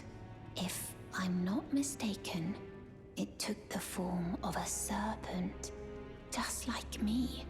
Does the Volcano Manor hide some secret that Lady Tanith has kept from me? I realize that I shouldn't impose, but if you discover anything, would you please share? I'm sure that Lady Tanith would never hide anything from you. Her daughter, that never happens in Elden Ring. The serpent that lurked in the shadows that night. It entered the room next to this one. Perhaps the manor yet holds some secrets. If you discover anything, would you please share? I would be more than happy to share with Zarias the Scout. Zarias the Scout. Let's sit at this site of grace, and we're just gonna double check one more time to make sure that there is no progression with anybody. Wait, there was something there. There was a new piece of dialogue. Zarias's troubles. Okay. She said that to you. I should have known something was wrong. The signs were clear enough. Well, Zarias has placed her trust in you. All the more reason I must tell you that some things are better left unknown. Besides, no one should be blamed for their heritage. Think about it. We are resisting the ways of the Erd Tree itself. What matters one's lineage in such a crisis? No one should be blamed for their heritage. I can kind of get on board with that sentiment. Zarias has placed her trust in you. That some things are better left. I can kind of get behind that sentiment. Does she just shift back and forth, I wonder, between, like, when you sit at a site of grace or you... I was wondering if she might shift back to snake form. It's just her gag. She's either snake form or human form, depending on when you last sat down at a bonfire. The serpent that it entered, perhaps, if you discover. Okay. And why don't we just quickly go back to the round table hold and just have a quick peek in there and see if there is anything noteworthy or different that, you know, like if we jump down into the PvP area, we've now had more than one PvP encounter in this particular room. Well, maybe not this particular instance of this room, but you know what I'm saying. I think you all know what I mean. This has been a great episode. As always, I mean, I always have fun playing Elden Ring because it's just an amazing game, and there's nothing more to say. I did not expect. That should be the start of every Elden Ring title. Every episode title is just I didn't expect, because That's just how we roll. But that is where we're going to wrap up this installment of Elden Ring. We've got a map. We have the map of Mount Gelmir. And we've made our way to Volcano Manor, and we have spent far more time dealing with Volcano Manor than I would have anticipated. We are, I guess, officially now a recusant. Hopefully the rest of the characters in Elden Ring don't mind that much. Maybe Gideon. It doesn't appear that Gideon has any new dialogue related to any of that stuff. But yeah, we're going to see exactly how I'm going to be continuing to explore off camera, re-explore and backtrack particular areas really in the Altus Plateau and also the capital. Now that we have progressed Millicent's quest line, there's a good chance that she is maybe somewhere in the capital to be rendezvoused with. And then in general, next time we will be continuing to explore Mount Gelmir, because now we have a map. Now we finally have a map, and there's so much to explore. I really want to see what is up the stairs in Volcano Manor, but I think that will probably wait for a while. It feels like now is a good time for us to turn our attention to exploring the rest of the place. We've got all these different locations now that we can give the thorough treatment to, and we will definitely have a lot of fun doing that next time. Thank you all very much for joining me, and I hope to see you in the next one.